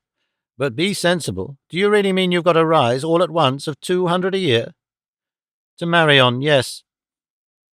She scrutinized me a moment. You've done this as a surprise, she said, and laughed at my laughter. She had become radiant, and that made me radiant too. Yes, I said, yes, and laughed no longer bitterly. She clasped her hands and looked me in the eyes. She was so pleased that I forgot absolutely my disgust of a moment before. I forgot that she had raised her price £200 a year and that I had bought her at that. Come, I said, standing up. Let's go towards the sunset, dear, and talk about it all. Do you know, this is a most beautiful world, an amazingly beautiful world, and when the sunset falls upon you, it makes you into shining gold. No, not gold, into golden glass, into something better than either glass or gold. And for all that evening, I wooed her and kept her glad. She made me repeat my assurances over again, and still doubted a little. We furnished that double-fronted house from attic. It ran to an attic, to cellar, and created a garden. Do you know pampas grass? Said Marian. I love pampas grass, if there is room. You shall have pampas grass, I declared. And there were moments as we went in imagination about that house together, when my whole being cried out to take her in my arms, now. But I refrained. On that aspect of life I touched very lightly in that talk, very lightly because I had had my lessons. She promised to marry me within 2 months' time. Shyly, reluctantly, she named a day, and next afternoon, in heat and wrath, we broke it off again for the last time. We split upon procedure. I refused, flatly, to have a normal wedding with wedding cake, in white favours, carriages, and the rest of it. It dawned upon me suddenly in conversation with her and her mother that this was implied. I blurted out my objection forthwith, and this time it wasn't any ordinary difference of opinion. It was a row. I don't remember a quarter of the things we flung out in that dispute. I remember her mother reiterating in tones of gentle remonstrance, "But George, dear, you must have a cake to send home." I think we all reiterated things. I seem to remember a refrain of my own. A marriage is too sacred a thing, too private a thing, for this display. Her father came in and stood behind me against the wall, and her aunt appeared beside the sideboard and stood with arms, looking from speaker to speaker, a sternly gratified prophetess. It didn't occur to me then how painful it was to Marian for these people to witness my rebellion. "But, George," said her father, "what sort of a marriage do you want? You don't want to go to one of those there registry offices?" "That's exactly what I'd like to do. Marriage is too private a thing." "I shouldn't feel married," said Mrs. Ramboat. "Look here, Marian," I said, "we are going to be married at a registry office. I don't believe in all these fripperies and superstitions, and I won't submit to them. I've agreed to all sorts of things to please you." "What's he agreed to?" said her father, unheeded. "I can't marry at a registry office," said Marian, sallow-white. "Very well," I said, "I'll marry nowhere else." "I can't marry at a registry office." "Very well," I said, standing up, white and tense, and it amazed me, but I was also exultant. "Then we won't marry at all." She leant forward over the table, staring blankly. But presently her half-averted face began to haunt me as she had sat at the table, and her arm and the long droop of her shoulder.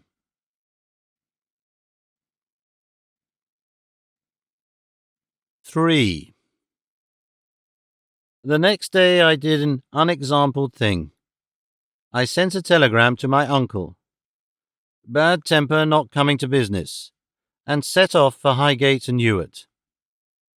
He was actually at work, on a bust of Millie, and seemed very glad for any interruption. "Ewert, you old fool," I said. "Knock off and come for a day's gossip. I'm rotten.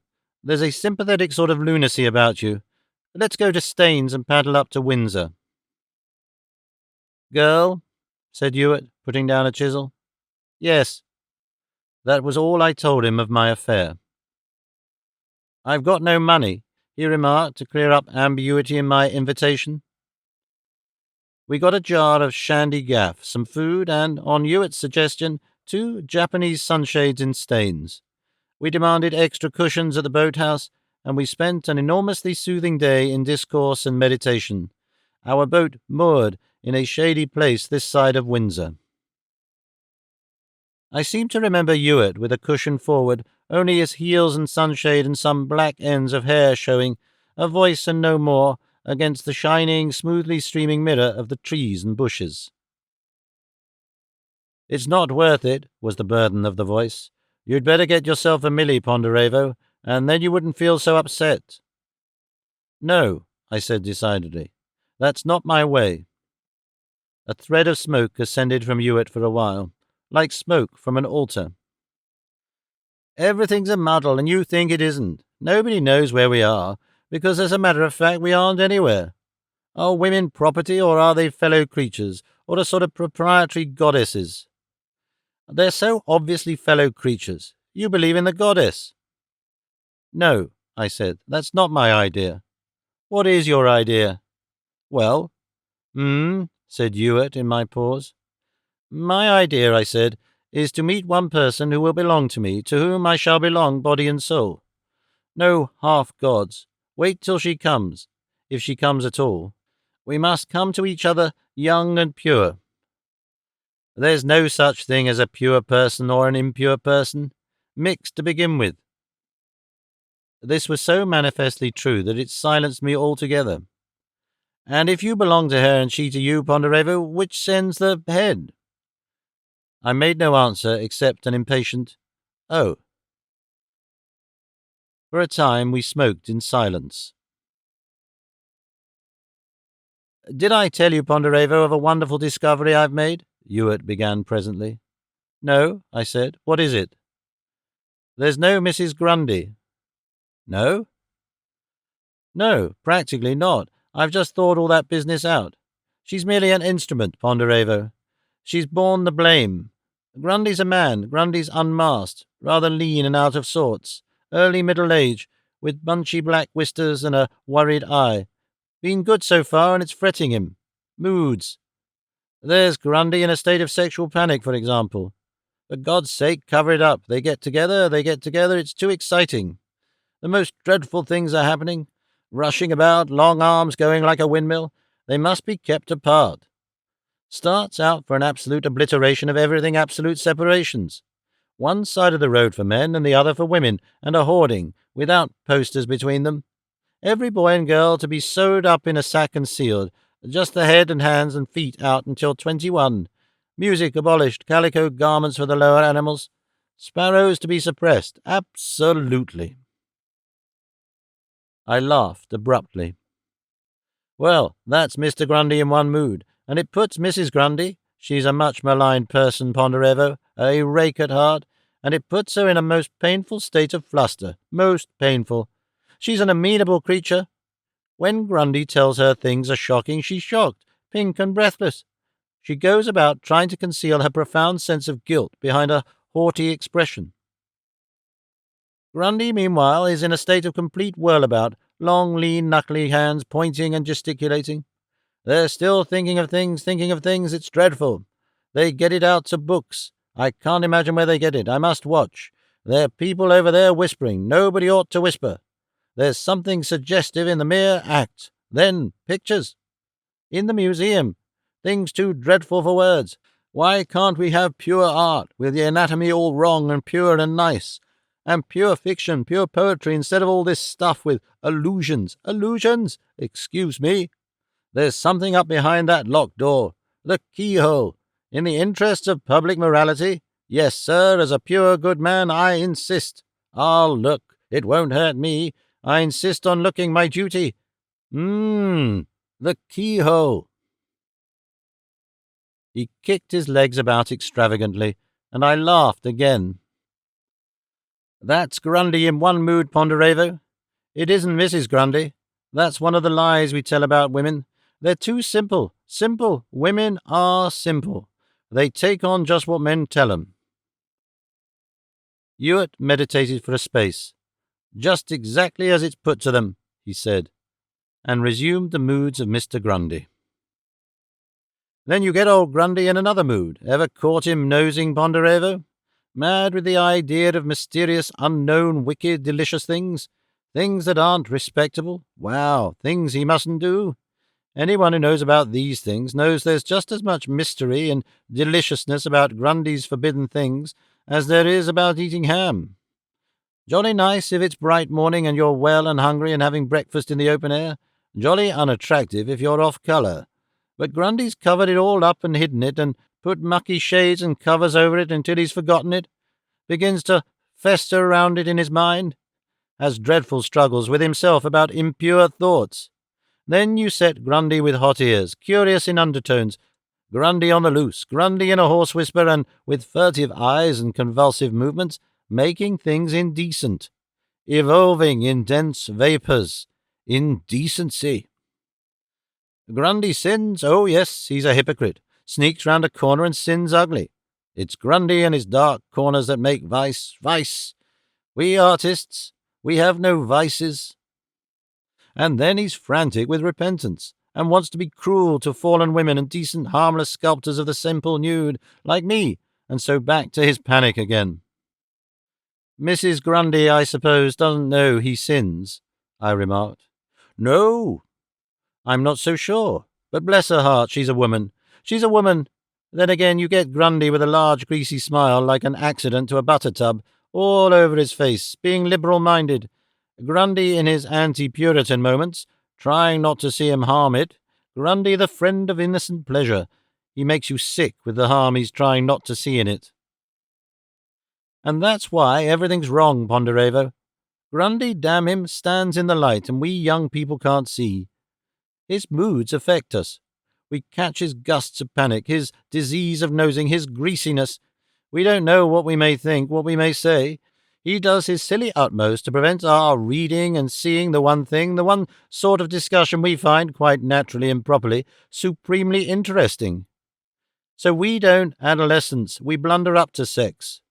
Dare to look, and he may dirt you forever. The girls are terror-stricken to silence by his significant whiskers, by the bleary something in his eyes. Suddenly, Ewert, with an almost jack-in-the-box effect, sat up. "He's about us everywhere, Ponderevo," he said very solemnly. Sometimes I think he is in our blood, in mine." He regarded me for my opinion very earnestly with his pipe in the corner of his mouth. "You're the remotest cousin he ever had," I said. I reflected. "Look here, Ewert," I asked, "how would you have things different?" He wrinkled up his queer face, regarded the weight, and made his pipe gurgle for a pace, thinking deeply. "There are complications, I admit. We've grown up under the terror of Grundy and that innocent but docile and, yes, formidable lady, his wife. I don't know how far the complications aren't a disease, a sort of bleaching under the Grundy shadow. It is possible there are things I still have to learn about women. Man has eaten of the tree of knowledge. His innocence is gone. You can't have your cake and eat it.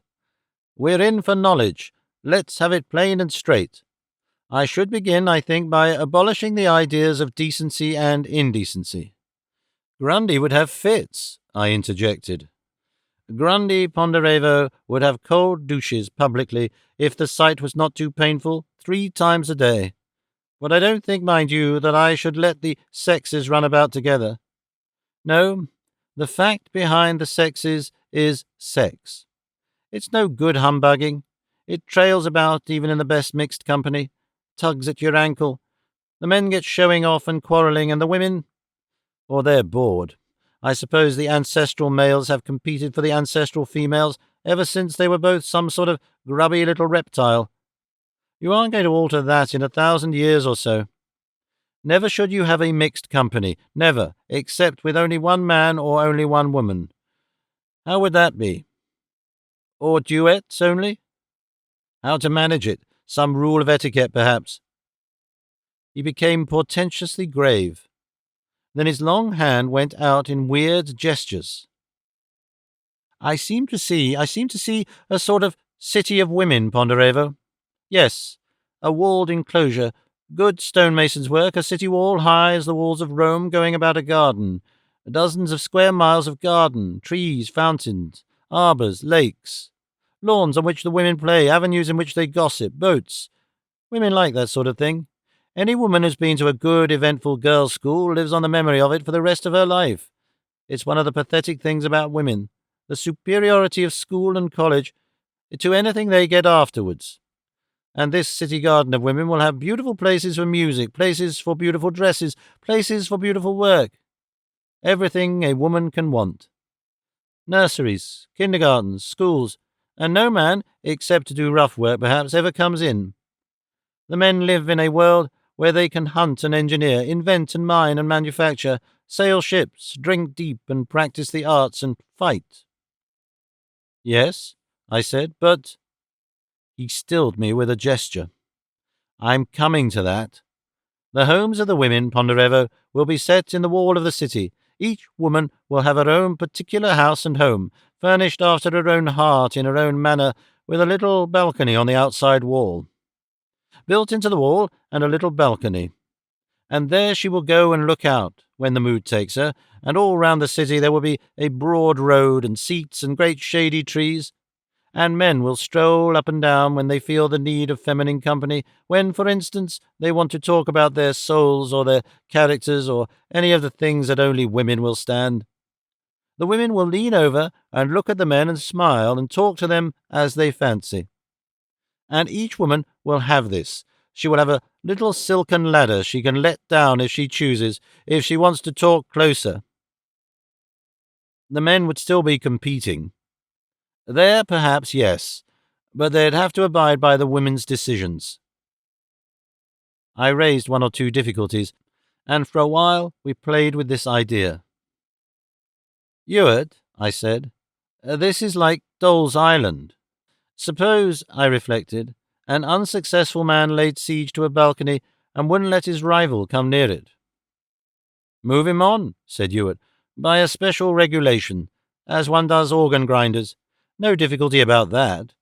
And you could forbid it, make it against the etiquette. No life is decent without etiquette, and people obey etiquette sooner than laws.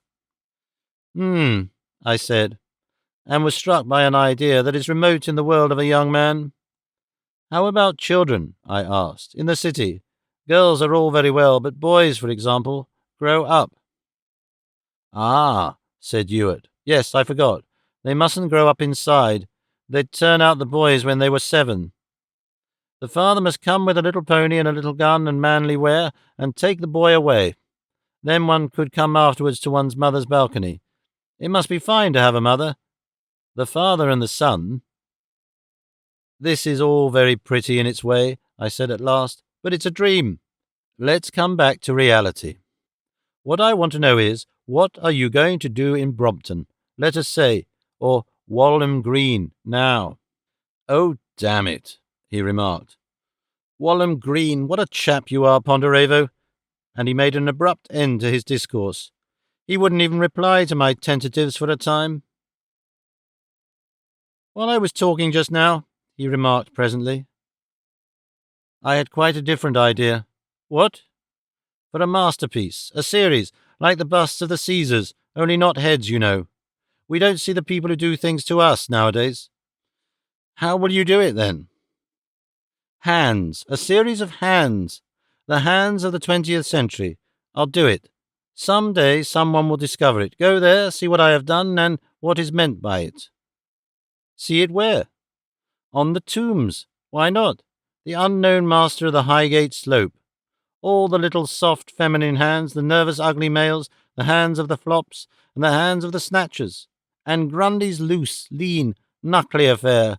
Grundy the terror. The little wrinkles and the thumb. Only it ought to hold all the others together.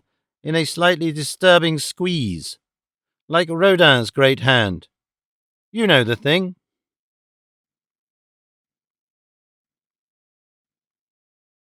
4. I forget how many days intervened between that last breaking off of our engagement and Marian's surrender, but I recall now the sharpness of my emotion, the concentrated spirit of tears and laughter in my throat as I read the words of her unexpected letter. I have thought over everything, and I was selfish.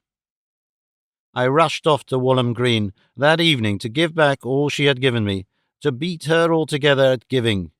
She was extraordinarily gentle and generous that time, I remember, and when at last I left her, she kissed me very sweetly. So we were married. We were married with all the customary incongruity. I gave, perhaps after a while, not altogether ungrudgingly, and what I gave Marian took with a manifest satisfaction. After all, I was being sensible. So that we had 3 livery carriages to the church, one of the pairs of horses matched, and coachmen, with impoverished flavour and very shabby silk hats, bearing white favours on their whips, and my uncle intervened with splendour and insisted upon having a wedding breakfast sent in from a caterer's in Hammersmith. The table had a great display of chrysanthemums, and there was orange blossom in the significant place and a wonderful cake. We also circulated upwards of a score of wedges of that accompanied by silver-printed cards in which Marian's name of Ramboat was stricken out by an arrow in favour of Ponderevo. We had a little rally of Marian's relations, and several friends, and friends' friends from Smithies, appeared in the church and drifted vestry-ward. I produced my aunt and uncle, a select group of 2. The effect in that shabby little house was one of exhilarating congestion. The sideboard in which lived the tablecloth and the apartments card was used for a display of the presents, eked out by the unused balance of the silver-printed cards.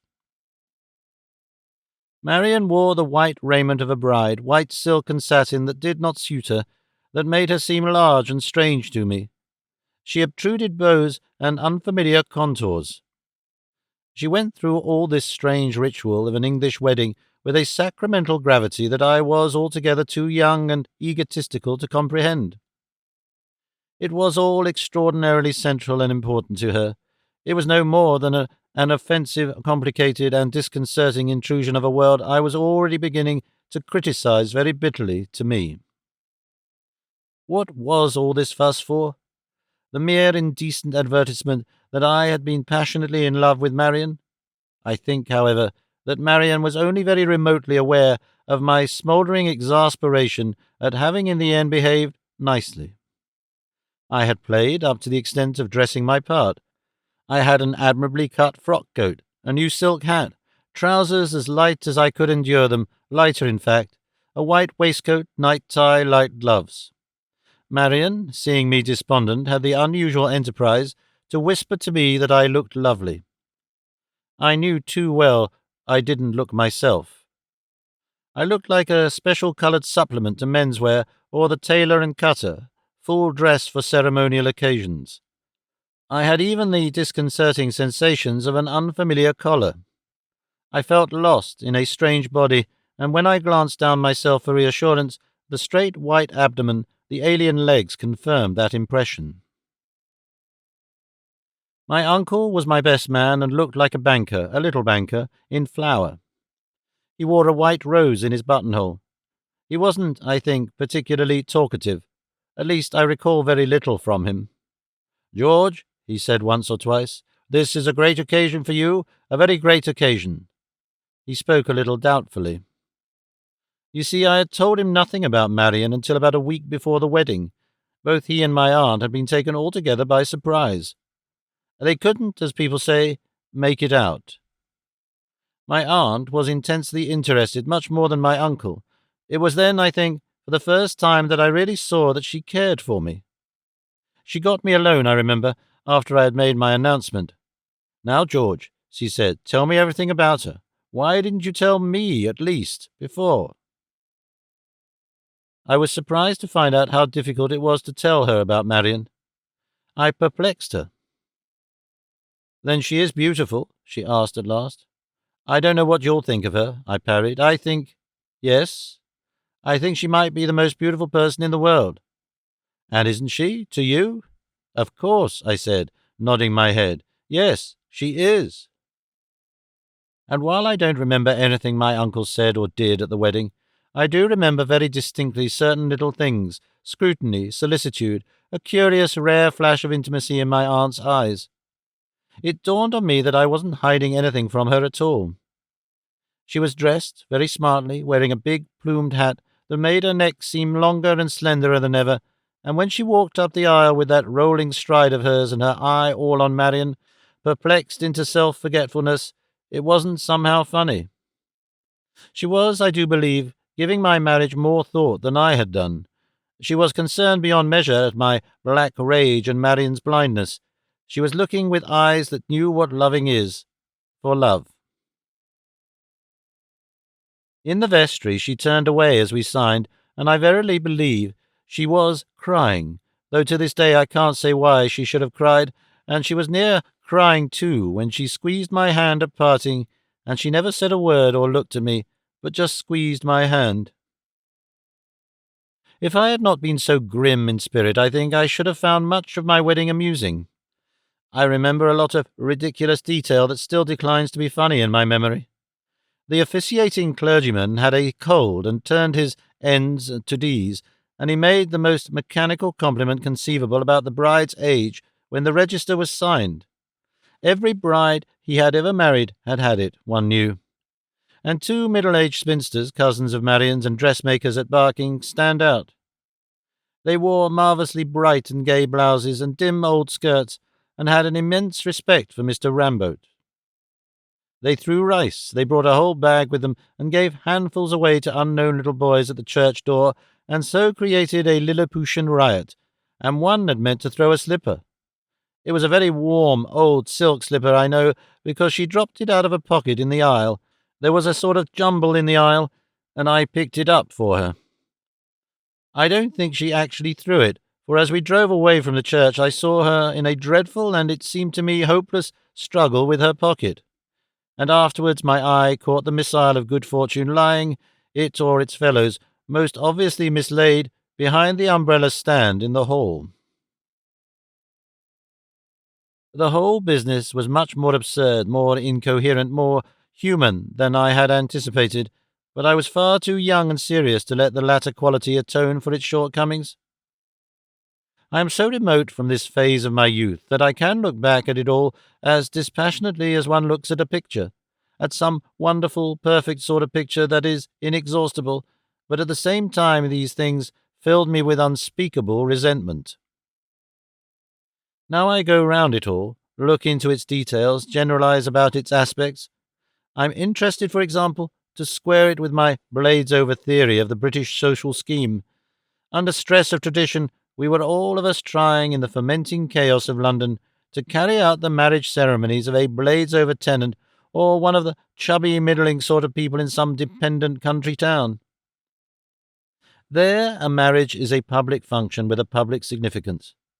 There the church is to a large extent the gathering place of the community, and you're going to be married a thing of importance to everyone you pass on the road. It is a change of status that quite legitimately interests the whole neighbourhood. But in London there are no neighbours. Nobody knows. Nobody cares. An absolute stranger in an office took my notice, and our banns were proclaimed to ears that had never previously heard our names. The clergyman, even, who married us, had never seen us before, and didn't in any degree intimate that he wanted to see us again. Neighbours in London. The Ramboats did not know the names of the people on either side of them. As I waited for Marian before we started off upon our honeymoon flight, Mr. Ramboat, I remember, came and stood beside me and stared out of the window. "There was a funeral over there yesterday," he said, by way of making conversation, and moved his head at the house opposite. "Quite a smart affair it was, with a glass hearse." And our little procession of 3 carriages, with white favour-adorned horses and drivers, went through all the huge, noisy, indifferent traffic, like a lost china image in the coal chute of an ironclad. Nobody made way for us. Nobody cared for us. The driver of an omnibus jeered. For a long time we crawled behind an unamiable dust cart. The irrelevant clatter and tumult gave a queer flavour of indecency to this public coming together of lovers. We seemed to have obtruded ourselves shamelessly. The crowd that gathered outside the church would have gathered in the same spirit and with greater alacrity for a street accident. At Charing Cross we were going to Hastings. The experienced eye of the guard detected the significance of our unusual costume, and he secured us a compartment. "Well," said I, as the train moved out of the station, "that's all over." And I turned to Marian, a little unfamiliar still in her unfamiliar clothes, and smiled. She regarded me gravely, timidly. "You're not cross?" she asked. "Cross? Why?" "At having it all proper." "My dear Marian," said I, and by way of answer took and kissed her white-gloved, leather-scented hand. I don't remember much else about the journey. An hour or so it was of undistinguished time, for we were both confused and a little fatigued, and Marian had a slight headache and did not want caresses. I fell into a reverie about my aunt and realized, as if it were a new discovery, that I cared for her very greatly. I was acutely sorry I had not told her earlier of my marriage. But you will not want to hear the history of my honeymoon. I have told all that was needed to serve my present purpose. Thus and thus it was the will in things had its way with me. Driven by forces I did not understand, diverted altogether from the science, the curiosities and work to which I had once given myself, I fought my way through a tangle of traditions, customs, obstacles, and absurdities, enraged myself, limited myself, gave myself to occupations I saw with the clearest vision were dishonourable and vain, and at last achieved the end of purblind nature, the relentless immediacy of her desire, and held, far short of happiness, Marian, weeping and reluctant in my arms.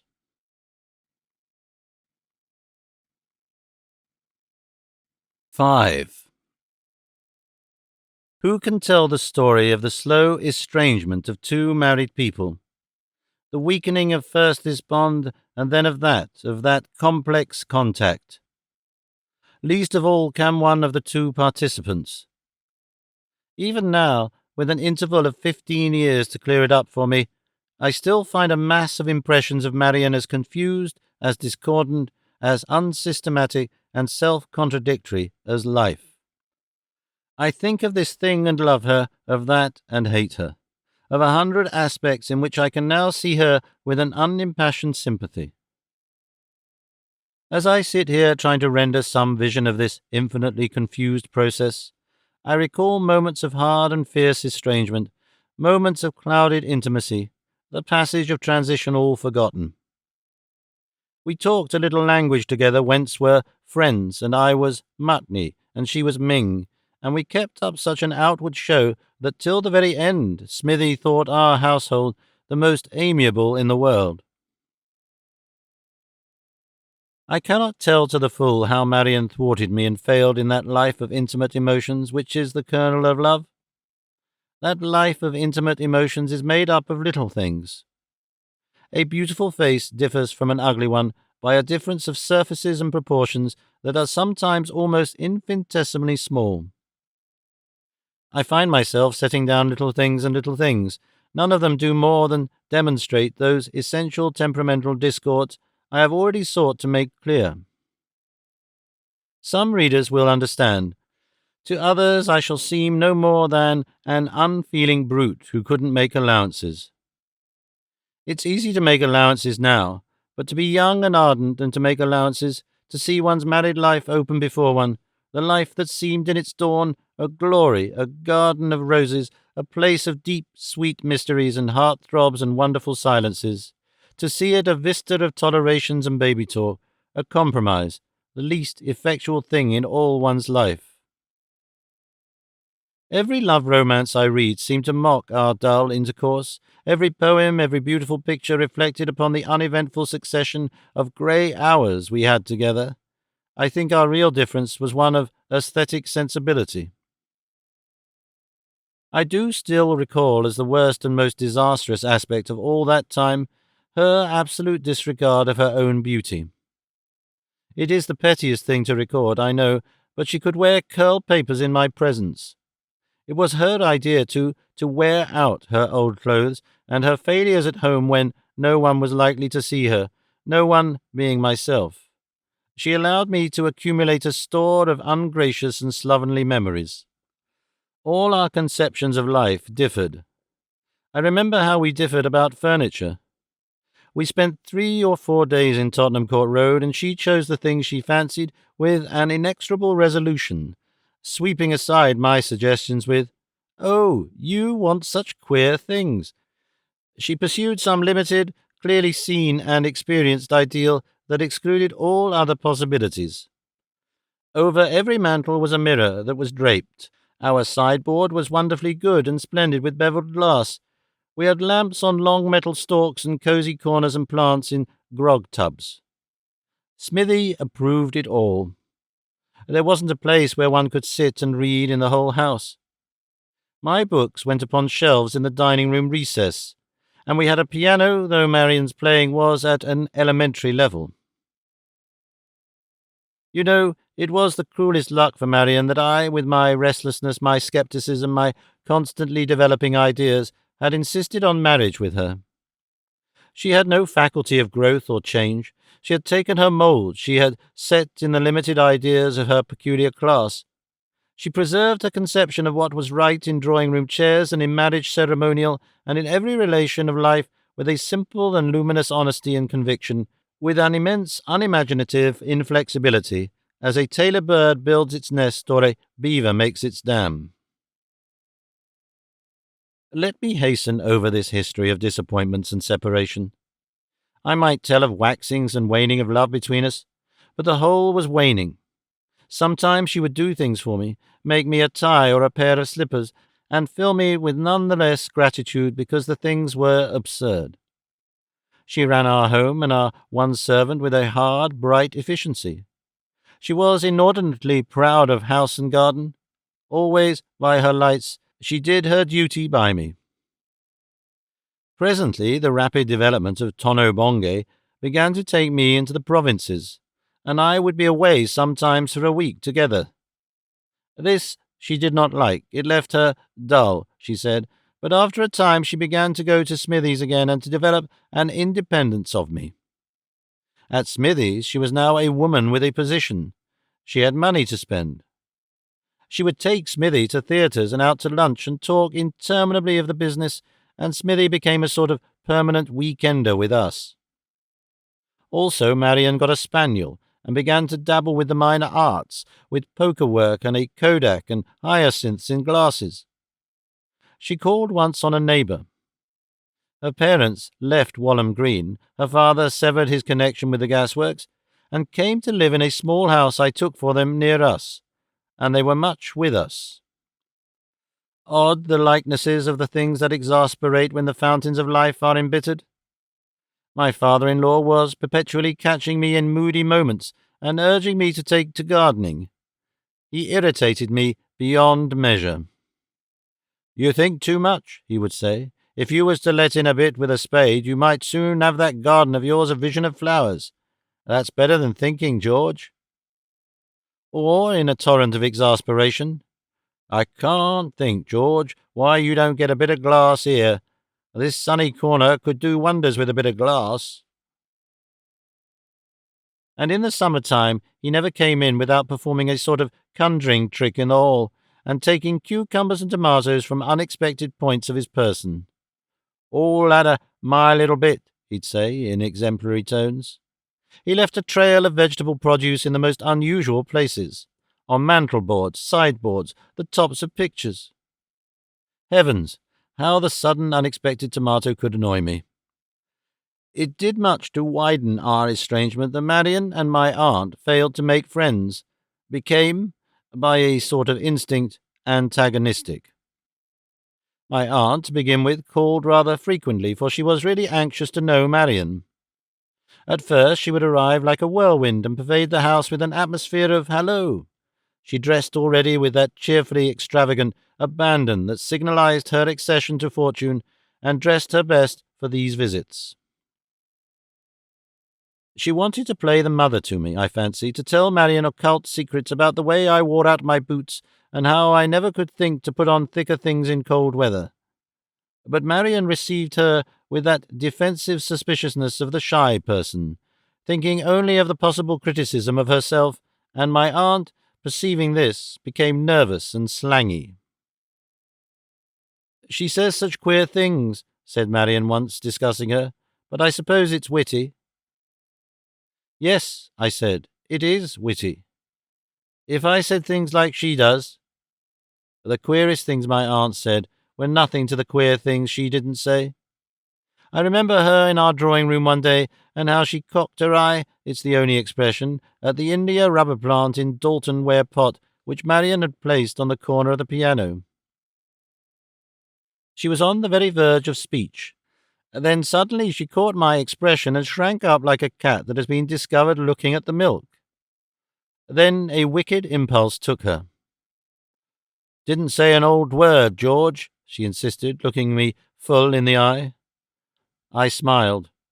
"You're a dear," I said, "not to," as Marian came lowering into the room to welcome her. But I felt extraordinarily like a traitor to the India rubber plant, I suppose. For all that, nothing had been said. "Your aunt makes game of people," was Marian's verdict, and open-mindedly, "I suppose it's all right for her." Several times we went to the house in Beckenham for lunch, and once or twice to dinner. My aunt did her peculiar best to be friends, but Marian was implacable. She was also, I know, intensely uncomfortable, and she adopted as her social method an exhausting silence, replying compactly and without giving openings to anything that was said to her. The gaps between my aunt's visits grew wider and wider. My married existence became at last like a narrow, deep groove in the broad expanse of interests in which I was living. I went about the world. I met a great number of varied personalities. I read endless books in trains as I went to and fro. I developed social relationships at my uncle's house that Marian did not share. The seeds of new ideas poured in upon me and grew in me. Those early and middle years of one's third decade are, I suppose, for a man the years of greatest mental growth. They are restless years and full of vague enterprise. Each time I returned to Ealing, life there seemed more alien, narrow, and unattractive, and Marian less beautiful and more limited and difficult, until at last she was robbed of every particle of her magic. She gave me always a cooler welcome, I think, until she seemed entirely apathetic. I never asked myself then what heartaches she might hide or what her discontents might be. I would come home, hoping nothing, expecting nothing. This was my fated life, and I had chosen it. I became more sensitive to the defects I had once disregarded altogether. I began to associate her sallow complexion with her temperamental insufficiency, and the heavier lines of her mouth and nostril with her moods of discontent. We drifted apart, wider and wider the gap opened. I tired of baby talk and stereotyped little fondlings. I tired of the latest intelligence from those wonderful workrooms, and showed it all too plainly. We hardly spoke when we were alone together. The mere unreciprocated physical residue of my passion remained, an exasperation between us. No children came to save us. Marian had acquired at Smithies a disgust and dread of maternity. All that was the fruition and quintessence of the horrid elements in life, a disgusting thing, a last indignity that overtook unwary women. I doubt indeed a little if children would have saved us. We should have differed so fatally about their upbringing. Altogether, I remember my life with Marian as a long distress, now hard, now tender. It was in those days that I first became critical of my life and burdened with a sense of error and maladjustment. I would lie awake in the night, asking myself the purpose of things, reviewing my unsatisfying, ungainly home life, my days spent in rascal enterprise and rubbish selling, contrasting all I was being and doing with my adolescent ambitions, my Wimblehurst dreams. My circumstances had an air of finality, and I asked myself in vain why I had forced myself into them.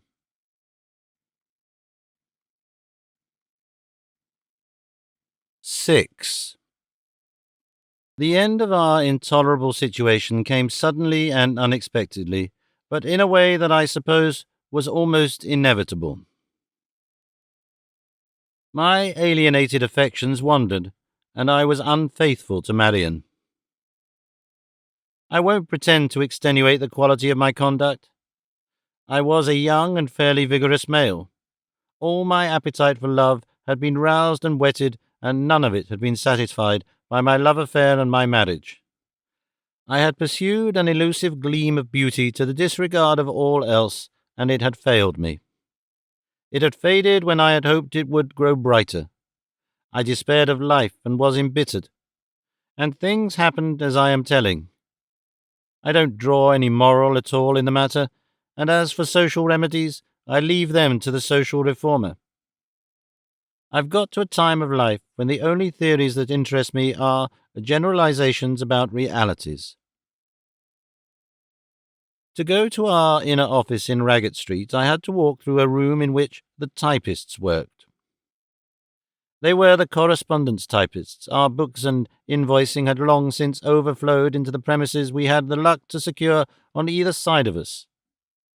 I was, I must confess, always in a faintly cloudy emotional way, aware of that collection for the most part round-shouldered femininity, but presently one of the girls detached herself from the others and got a real hold upon my attention.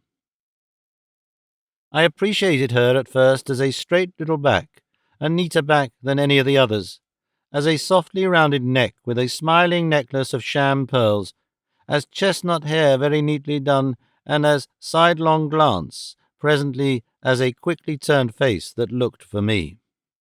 My eye would seek her as I went through on business things. I dictated some letters to her, and so discovered she had pretty soft-looking hands with pink nails. Once or twice, meeting casually, we looked one another for the flash of a second in the eyes. That was all. But it was enough in the mysterious Freemasonry of sex to say essential things.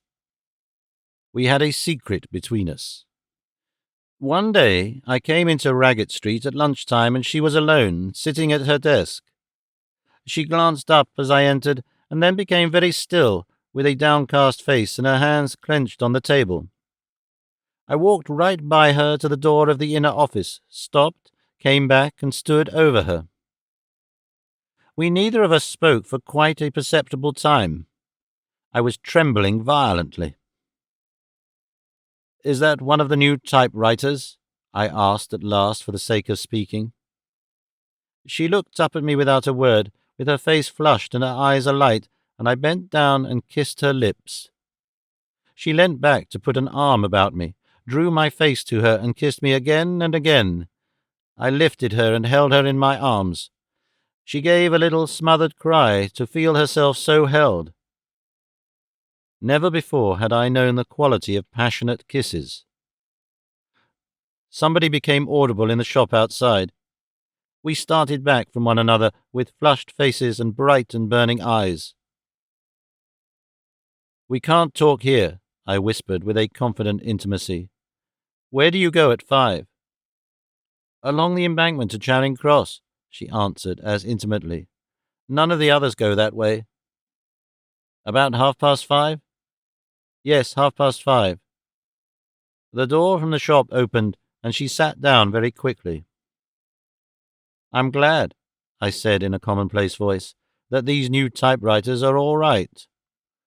I went into the inner office and rooted out the pay sheet in order to find her name. Effie Rink. And did no work at all that afternoon.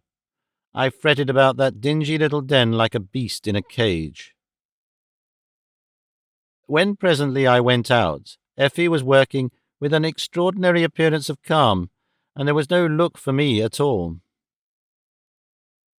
We met and had our talk that evening, a talk in whispers when there was none to overhear. We came to an understanding.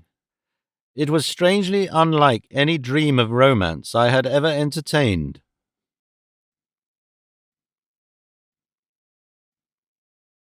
7. I came back after a week's absence to my home again, a changed man. I had lived out my first rush of passion for Effie, had come to a contemplation of my position. I had gauged Effie's place in the scheme of things, and parted from her for a time.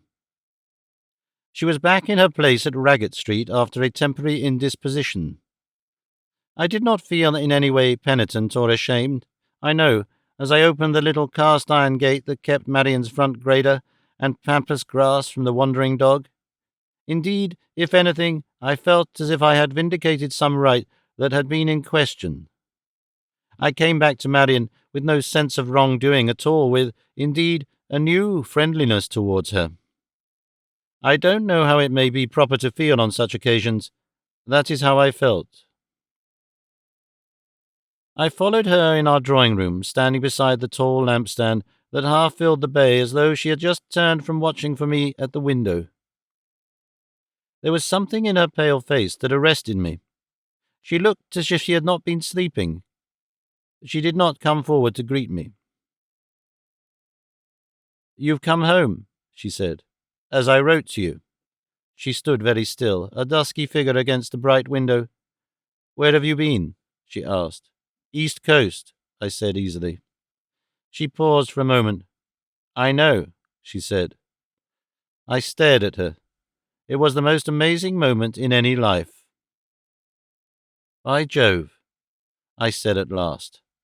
"I believe you do." "And then you come home to me." I walked to the hearthrug and stood quite still there regarding this new situation. "I didn't dream," she began, "how you could do such a thing." It seemed a long interval before either of us spoke another word. "Who knows about it?" I asked at last. "Smithy's brother. They were at Cromer."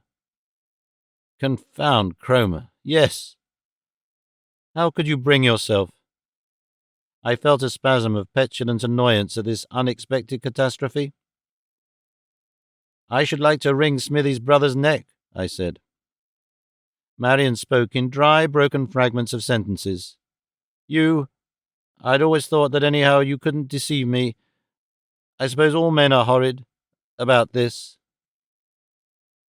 It doesn't strike me as horrid. It seems to me the most necessary consequence and natural thing in the world."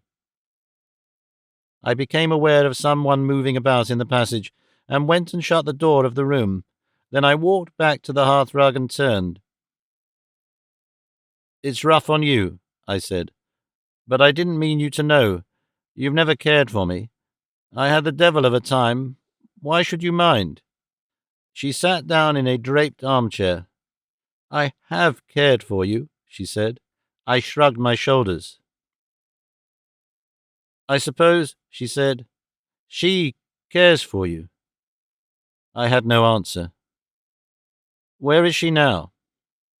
"Oh, does it matter to you?" "Look here, Marian. This I didn't anticipate. I didn't mean this thing to smash down on you like this. But you know, something had to happen. I'm sorry to the bottom of my heart that things have come to this between us. But indeed, I'm taken by surprise. I don't know where I am. I don't know how we got here. Things took me by surprise. I found myself alone with her one day. I kissed her. I went on. It seemed stupid to go back, and besides, why should I have gone back? Why should I? From first to last, I've hardly thought of it as touching you. Damn." She scrutinized my face and pulled at the ball fringe of the little table beside her. "To think of it," she said, "I don't believe I can ever touch you again." We kept a long silence. I was only beginning to realize in the most superficial way the immense catastrophe that had happened between us.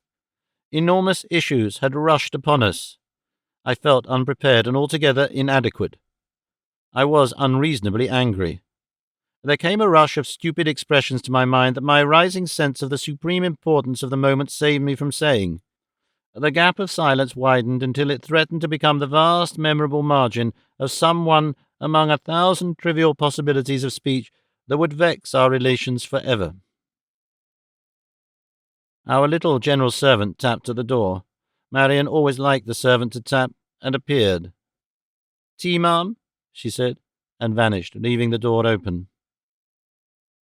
"I will go upstairs," said I, and stopped. "I will go upstairs," I repeated, "and put my bag in the spare room." We remained motionless and silent for a few seconds. "Mother is having tea with us today," Marian remarked at last, and dropped the worried end of ball fringe and stood up slowly. And so, with this immense discussion of our changed relations hanging over us, we presently had tea with the unsuspecting Mrs. Ramboat and the spaniel. Mrs. Ramboat was too well trained in her position to remark upon our sombre preoccupation. She kept a thin trickle of talk going, and told us, I remember, that Mr. Ramboat was troubled about his canners. "They don't come up, and they won't come up. He's been round and had an explanation with the man who sold him the bulbs, and he's very heated and upset." The spaniel was a great bore, begging and doing small tricks first at one and then at the other of us. Neither of us used his name. You see, we had called him Miggles, and made a sort of trio in the baby talk of Mutney and Miggles and Ming.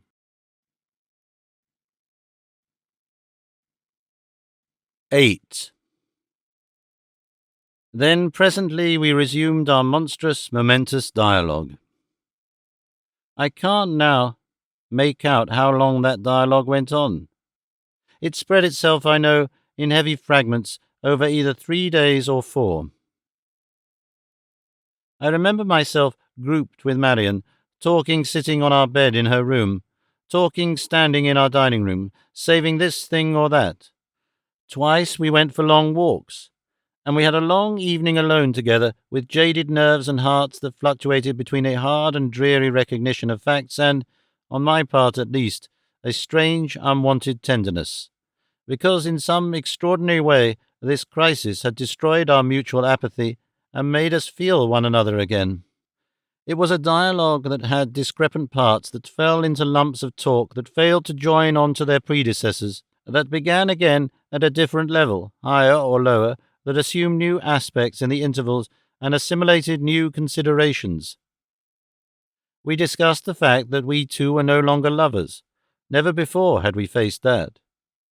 It seems a strange thing to write, but as I look back, I see clearly that those several days were the time when Marian and I were closest together, looked for the first and last time faithfully and steadfastly into each other's souls.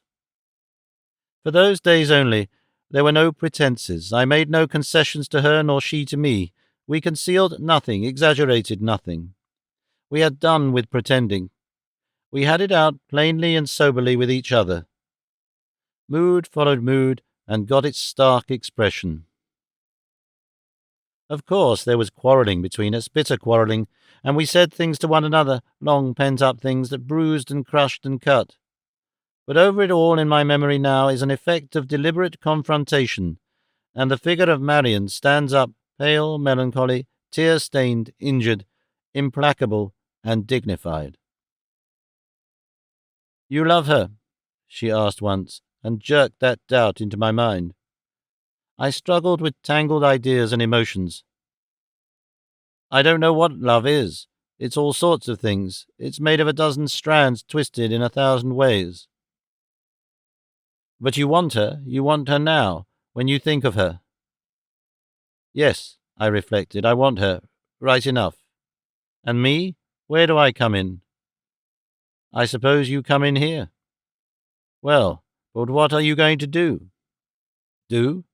I said, with the exasperation of the situation growing upon me. "What do you want me to do?" As I look back upon all that time, across a gulf of 15 active years, I find I see it with an understanding judgment. I see it as if it were the business of someone else, indeed of 2 other people, intimately known yet judged without passion. I see now that this shock, this sudden immense disillusionment, did in real fact bring out a mind and soul in Marian, that for the first time she emerged from habits, timidities, imitations, phrases, and a certain narrow will impulse, and became a personality. Her ruling motive at first was, I think, an indignant and outraged pride. This situation must end. She asked me categorically to give up Effie, and I, full of fresh and glowing memories, absolutely refused. "It's too late, Marian," I said. "It can't be done like that." "Then we can't very well go on living together," she said, "can we?" "Very well," I deliberated, "if you must have it so. Well, can we? Can you stay in this house, I mean, if I go away?" "I don't know. I don't think I could." "Then what do you want?" Slowly we worked our way from point to point, until at last the word divorce was before us. "If we can't live together, we ought to be free," said Marian. "I don't know anything of divorce," I said. "If you mean that, I don't know how it is done. I shall have to ask somebody or look it up. Perhaps, after all, it is the thing to do. We may as well face it." We began to talk ourselves into a realization of what our divergent futures might be. I came back on the evening of that day with my questions answered by a solicitor. "We can't, as a matter of fact," I said, "get divorced as things are. Apparently, so far as the law goes, you've got to stand this sort of thing. It's silly, but that is the law. However, it's easy to arrange a divorce. In addition to adultery, there must be desertion or cruelty. To establish cruelty, I should have to strike you or something of that sort before witnesses. That's impossible, but it's simple to desert you legally. I have to go away from you, that's all. I can go on sending you money, and you bring a suit. What is it? For restitution of conjugal rights. The court orders me to return. I disobey. Then you can go on to divorce me. You get a degree nisi, and once more the court tries to make me come back. If we don't make it up within 6 months, and if you don't behave scandalously, the decree is made absolute. That's the end of the fuss. That's how one gets unmarried. It's easier, you see, to marry than unmarry. And then, how do I live? What becomes of me?" "You'll have an income. They call it alimony. From a third to a half of my present income, more if you like, I don't mind. 300 a year, say. You've got your old people to keep, and you'll need all that." "And then you'll be free?" "Both of us." "And all this life you've hated?" I looked up at her wrung and bitter face. "I haven't hated it," I lied, my voice near breaking with the pain of it all. "Have you?"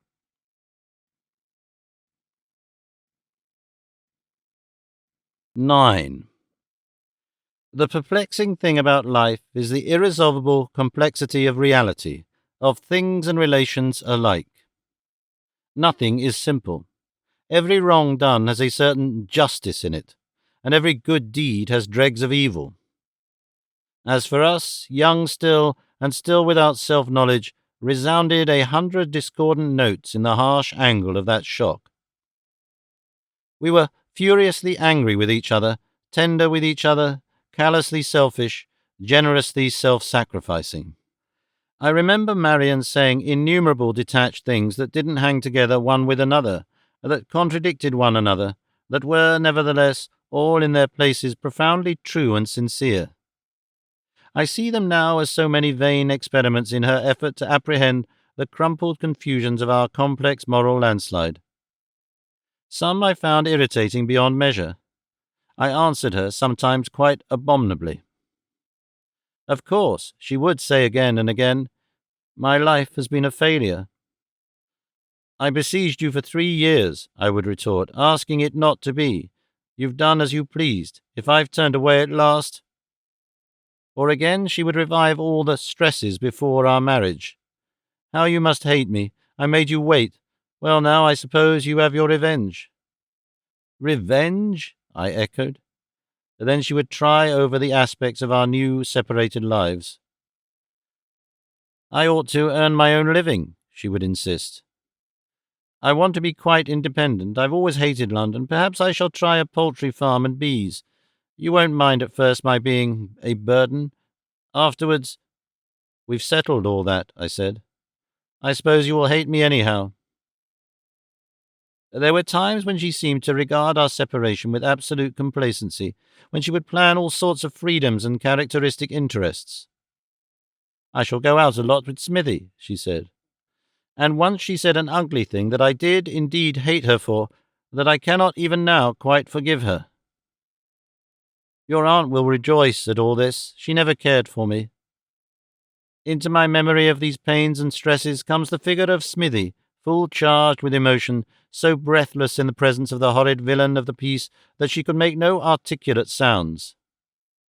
She had long, tearful confidences with Marian, I know, sympathetic close clingings.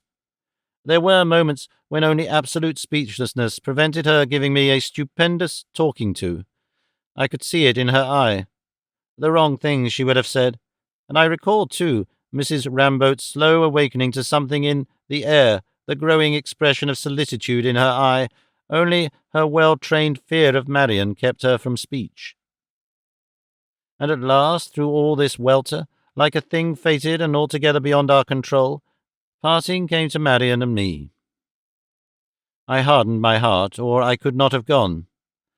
For at the last it came to Marian that she was parting from me for ever. That overbore all other things, had turned our last hour to anguish. She forgot for a time the prospect of moving into a new house. She forgot the outrage on her proprietorship and pride. For the first time in her life she really showed strong emotions in regard to me. For the first time, perhaps, they really came to her. She began to weep slow, reluctant tears. I came into her room and found her asprawl on the bed, weeping. "I didn't know," she cried. "Oh, I didn't understand. I've been a fool. All my life is a wreck. I shall be alone. Mutney, don't leave me. Oh, Mutney, I didn't understand." I had to hearten my heart indeed, for it seemed to me at moments in those last hours together that at last, too late, the longed-for thing had happened, and Marian had come alive. A new-born hunger for me lit her eyes. "Don't leave me," she said. "Don't leave me." She clung to me. She kissed me with her tear-salt lips. I was promised now and pledged, and I hardened my heart against this impossible dawn. Yet it seems to me that there were moments when it needed but a cry, but one word to have united us again for all our lives. Could we have united again? Would that passage have enlightened us for ever, or should we have fallen back in a week or so into the old estrangement, the old temperamental opposition? Of that there is now no telling. Our own resolve carried us on our predestined way. We behaved more and more like separating lovers, parting inexorably, but all the preparations we had set going worked on like a machine, and we made no attempt to stop them. My trunks and boxes went to the station. I packed my bag with Marian standing before me.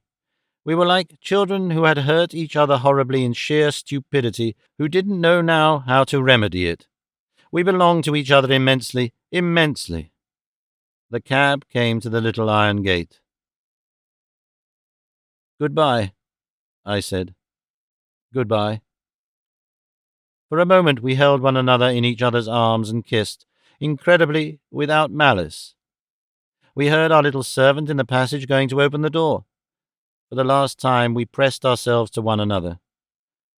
We were not lovers nor enemies, but two human souls in a frank community of pain. I tore myself from her. "Go away," I said to the servant, seeing that Marian had followed me down. I felt her standing behind me as I spoke to the cabman. I got into the cab, resolutely not looking back, and then, as it started, jumped up, craned out, and looked at the door. It was wide open, but she had disappeared. I wonder. I suppose she ran upstairs.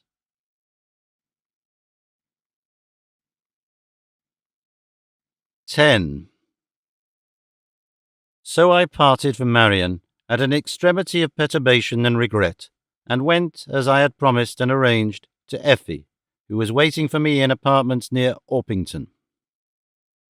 I remember her upon the station platform, a bright, flitting figure looking along the train for me, and our talk over the fields in the twilight. I had expected an immense sense of relief where at last the stresses of separation were over, but now I found I was beyond measure wretched and perplexed, full of the profoundest persuasion of irreparable error.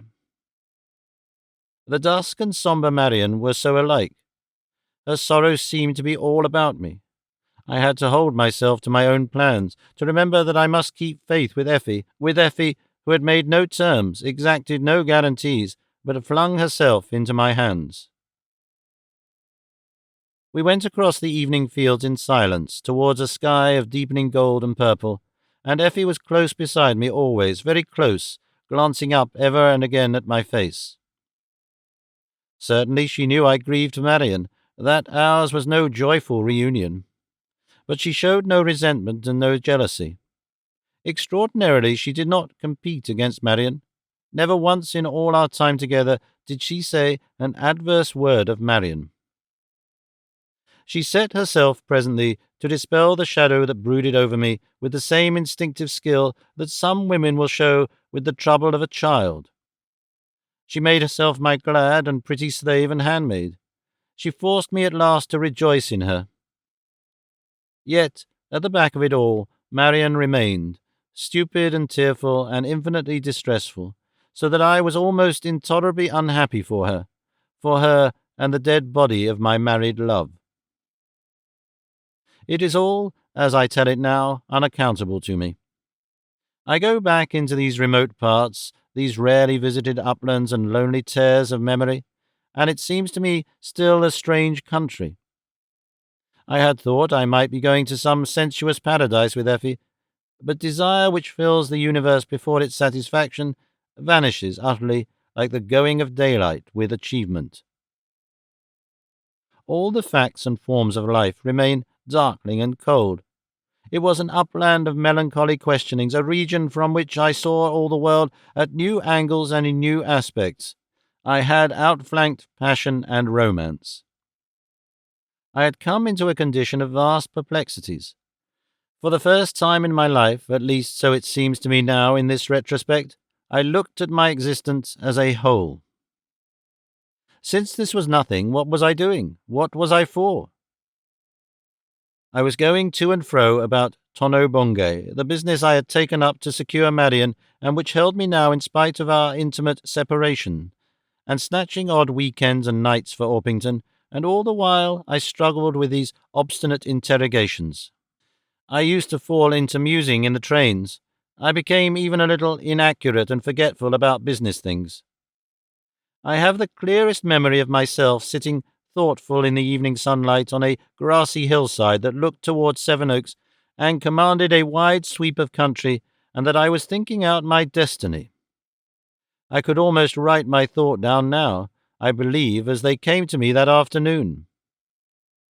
Effie, restless little cockney that she was, rustled and struggled in a hedgerow below, gathering flowers, discovering flowers she had never seen before.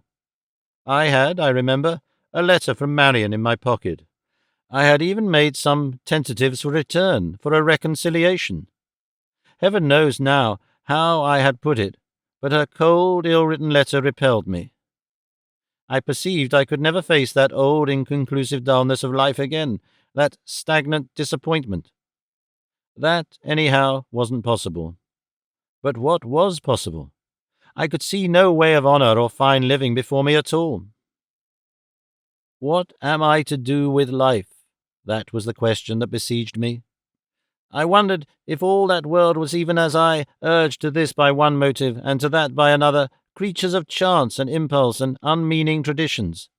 Had I indeed to abide by what I had said and done and chosen?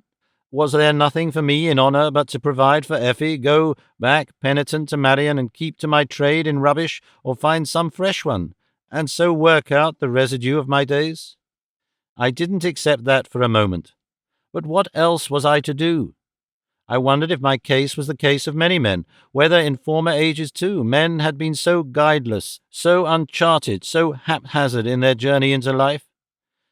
In the Middle Ages, in the old Catholic days, one went to a priest, and he said, with all the finality of natural law, "This you are, and this you must do." I wondered whether, even in the Middle Ages, I should have accepted that ruling without question. I remember, too, very distinctly how Effie came and sat beside me on a little box that was before the casement window of our room. "Gloomkins," said she. I smiled and remained, head on hand, looking out of the window, forgetful of her. "Did you love your wife so well?" she whispered softly. "Oh," I cried, recalled again. "I don't know. I don't understand these things. Life is a thing that hurts, my dear. It hurts without logic or reason. I've blundered. I didn't understand. Anyhow, there is no need to go hurting you, is there?" And I turned about and drew her to me and kissed her ear. Yes, I had a very bad time, I still recall. I suffered, I suppose, from a sort of ennui of the imagination. I found myself without an object to hold my will together. I sought. I read restlessly and discursively. I tried Ewert and got no help from him. As I regard it all now in this retrospect, it seems to me as if in those days of disgust and abandoned aims I discovered myself for the first time. Before that I had seen only the world and things in it, had sought them self-forgetful of all but my impulse. Now I find myself grouped with a system of appetites and satisfactions, with much work to do and no desire, it seemed, left in me. There were moments when I thought of suicide. At times my life appeared before me in bleak, relentless light, a series of ignorances, crude blunderings, degradation and cruelty. I had what the old theologians called a conviction of sin. I sought salvation, not perhaps in the formula a Methodist preacher would recognize, but salvation nevertheless. Men find their salvation nowadays in many ways. Names and forms don't, I think, matter very much. The real need is something that we can hold and that holds one. I have known a man find that determining factor in a dry plate factory, and another in writing a history of the manor. So long as it holds one, it does not matter. Many men and women nowadays take up some concrete aspect of socialism or social reform. But socialism for me has always been a little bit too human, too set about with personalities and foolishness. It isn't my line. I don't like things so human. I don't think I'm blind to the fun, the surprises, the jolly little coarsenesses and insufficiency of life, to the humour of it, as people say, and to adventure, but that isn't the root of the matter with me. There's no humour in my blood. I'm in earnest, in warp and woof. I stumble and flounder, but I know that over all these merry immediate things there are other things that are great and serene, very high, beautiful things, the reality. I haven't got it, but it's there nevertheless. I'm a spiritual gutter snipe in love with unimaginable goddesses. I've never seen the goddess, nor ever shall, but it takes all the fun out of the mud, and at times I fear it takes all the kindliness too. But I'm talking of things I can't expect the reader to understand, because I don't half understand them myself. There is something links things for me, a sunset or so, a mood or so, the high air, something that was in Marian's form and colour, something I find and lose in Mantegna's pictures, something in the lines of these boats I make. You should see X2, my last and best. I can't explain myself, I perceive. Perhaps it all comes to this, that I am a hard and morally limited cad, with a mind beyond my merits. Naturally, I resist that as a complete solution. Anyhow, I had a sense of inexorable need, of distress and insufficiency that was unendurable, and for a time this aeronautical engineering allayed it. In the end of this particular crisis of which I tell so badly, I idealized science. I decided that in power and knowledge lay the salvation of my life, the secret that would fill my need, that to these things I would give myself. I emerged at last like a man who has been diving in darkness, clutching at a new resolve for which he had groped desperately and long. I came into the inner office suddenly one day, it must have been just before the time of Marian's suit for restitution, and sat down before my uncle. "Look here," I said, "I'm sick of this." "Hello," he answered and put some papers aside. "What's up, George?" "Things are wrong." "As how?" "My life," I said. "It's a mess, an infinite mess." "She's been a stupid girl, George," he said. "I partly understand, but you're quit of her now, practically, and there's just as good fish in the sea." "Oh, it's not that," I cried. "There's only the part that shows. I'm sick of all this damned rascality." "Eh? Eh?" said my uncle. "What? Rascality?" "Oh, you know. I want some stuff, man. I want something to hold on to. I shall go amuck if I don't get it. I'm a different sort of beast from you. You float in all this bunkum. I feel like a man floundering in a universe of soapsuds, ups and downs, east and west. I can't stand it. I must get my foot on something solid, or I don't know what." I laughed at the consternation in his face. "I mean it," I said. "I've been thinking it over. I've made up my mind. It's no good arguing. I shall go in for work, real work. No, this isn't work. It's only laborious cheating. But I've got an idea. It's an old idea I thought of years ago, but it came back to me. Look here. Why should I fence about with you? I believe the time has come for flying to be possible. Real flying." "Flying?" I stuck to that, and it helped me through the worst time in my life. My uncle, after some half-hearted resistance and a talk with my aunt, behaved like the father of a spoilt son. He fixed up an arrangement that gave me capital to play with, released me from my too constant a solicitude for the newer business developments. This was in what I may call the later Moggs period of our enterprises, and I went to work at once with grim intensity. But I will tell of my soaring and flying machines in the proper place. I've been leaving the story of my uncle altogether too long. I wanted merely to tell how it was I took to this work. I took to these experiments after I had sought something that Marian in some indefinable way had seemed to promise. I toiled and forgot myself for a time, and did many things.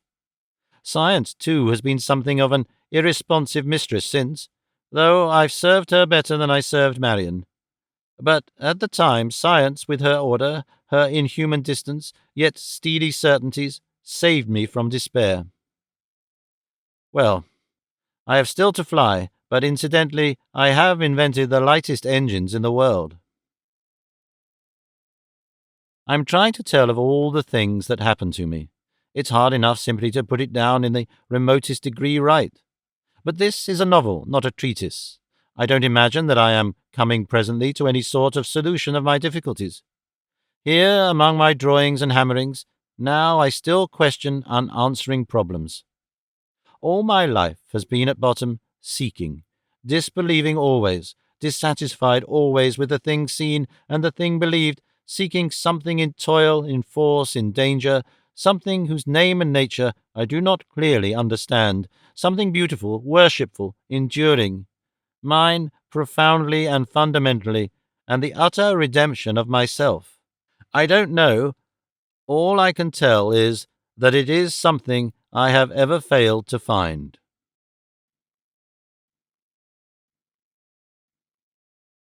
11. But before I finish this chapter and book altogether, and go on with the great adventure of my uncle's career, I may perhaps tell what else remains to tell of Marian and Effie, and then for a time set my private life behind me. For a time Marian and I corresponded with some regularity, writing friendly but rather uninforming letters about small business things. The clumsy process of divorce completed itself. She left the house at Ealing and went into the country with her aunt and parents, taking a small farm near Lewes in Sussex. She put up glass, she put in heat for her father, happy man, and spoke of figs and peaches. The thing seemed to promise well throughout a spring and summer, but the Sussex winter after London was too much for the Ramboats. They got very muddy and dull. Mr. Ramboat killed a cow by improper feeding, and that disheartened them all. A 12-month saw the enterprise in difficulties.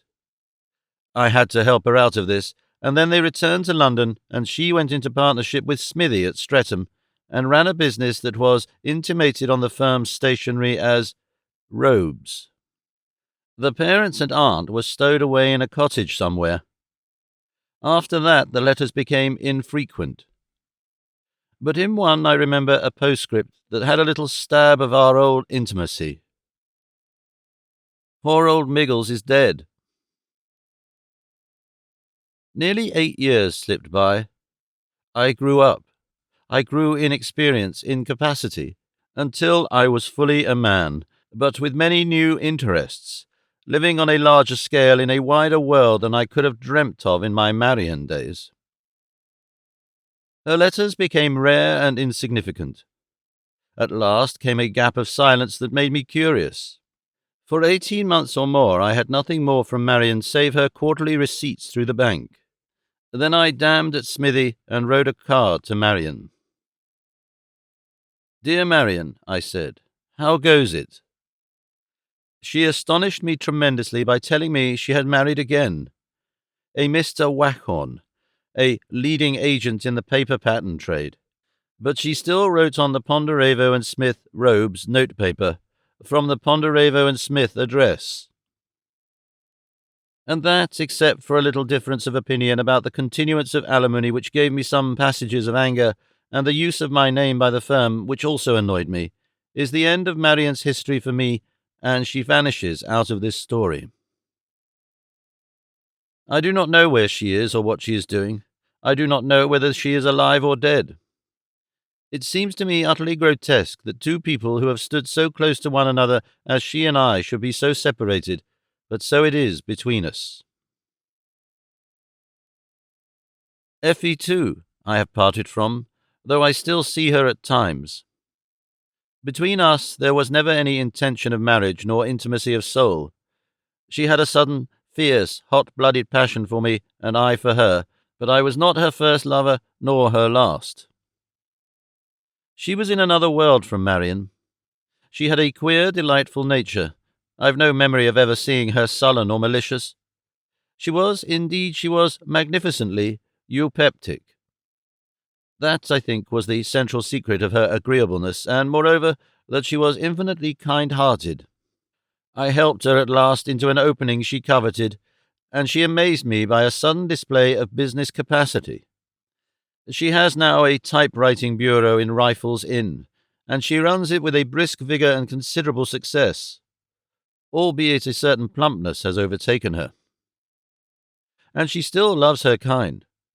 She married a year or so ago a boy half her age, a wretch of a poet, a wretched poet, and given to drugs, a thing with lank fair hair always getting into his blue eyes and limp legs. She did it, she said, because he needed nursing. But enough of this disaster of my marriage and of my early love affairs. I have told you all that is needed for my picture to explain how I came to take up aeroplane experiments and engineering science. Let me get back to my essential story, to Tono-Bungay and my uncle's promotions, and to the vision of the world these things have given me.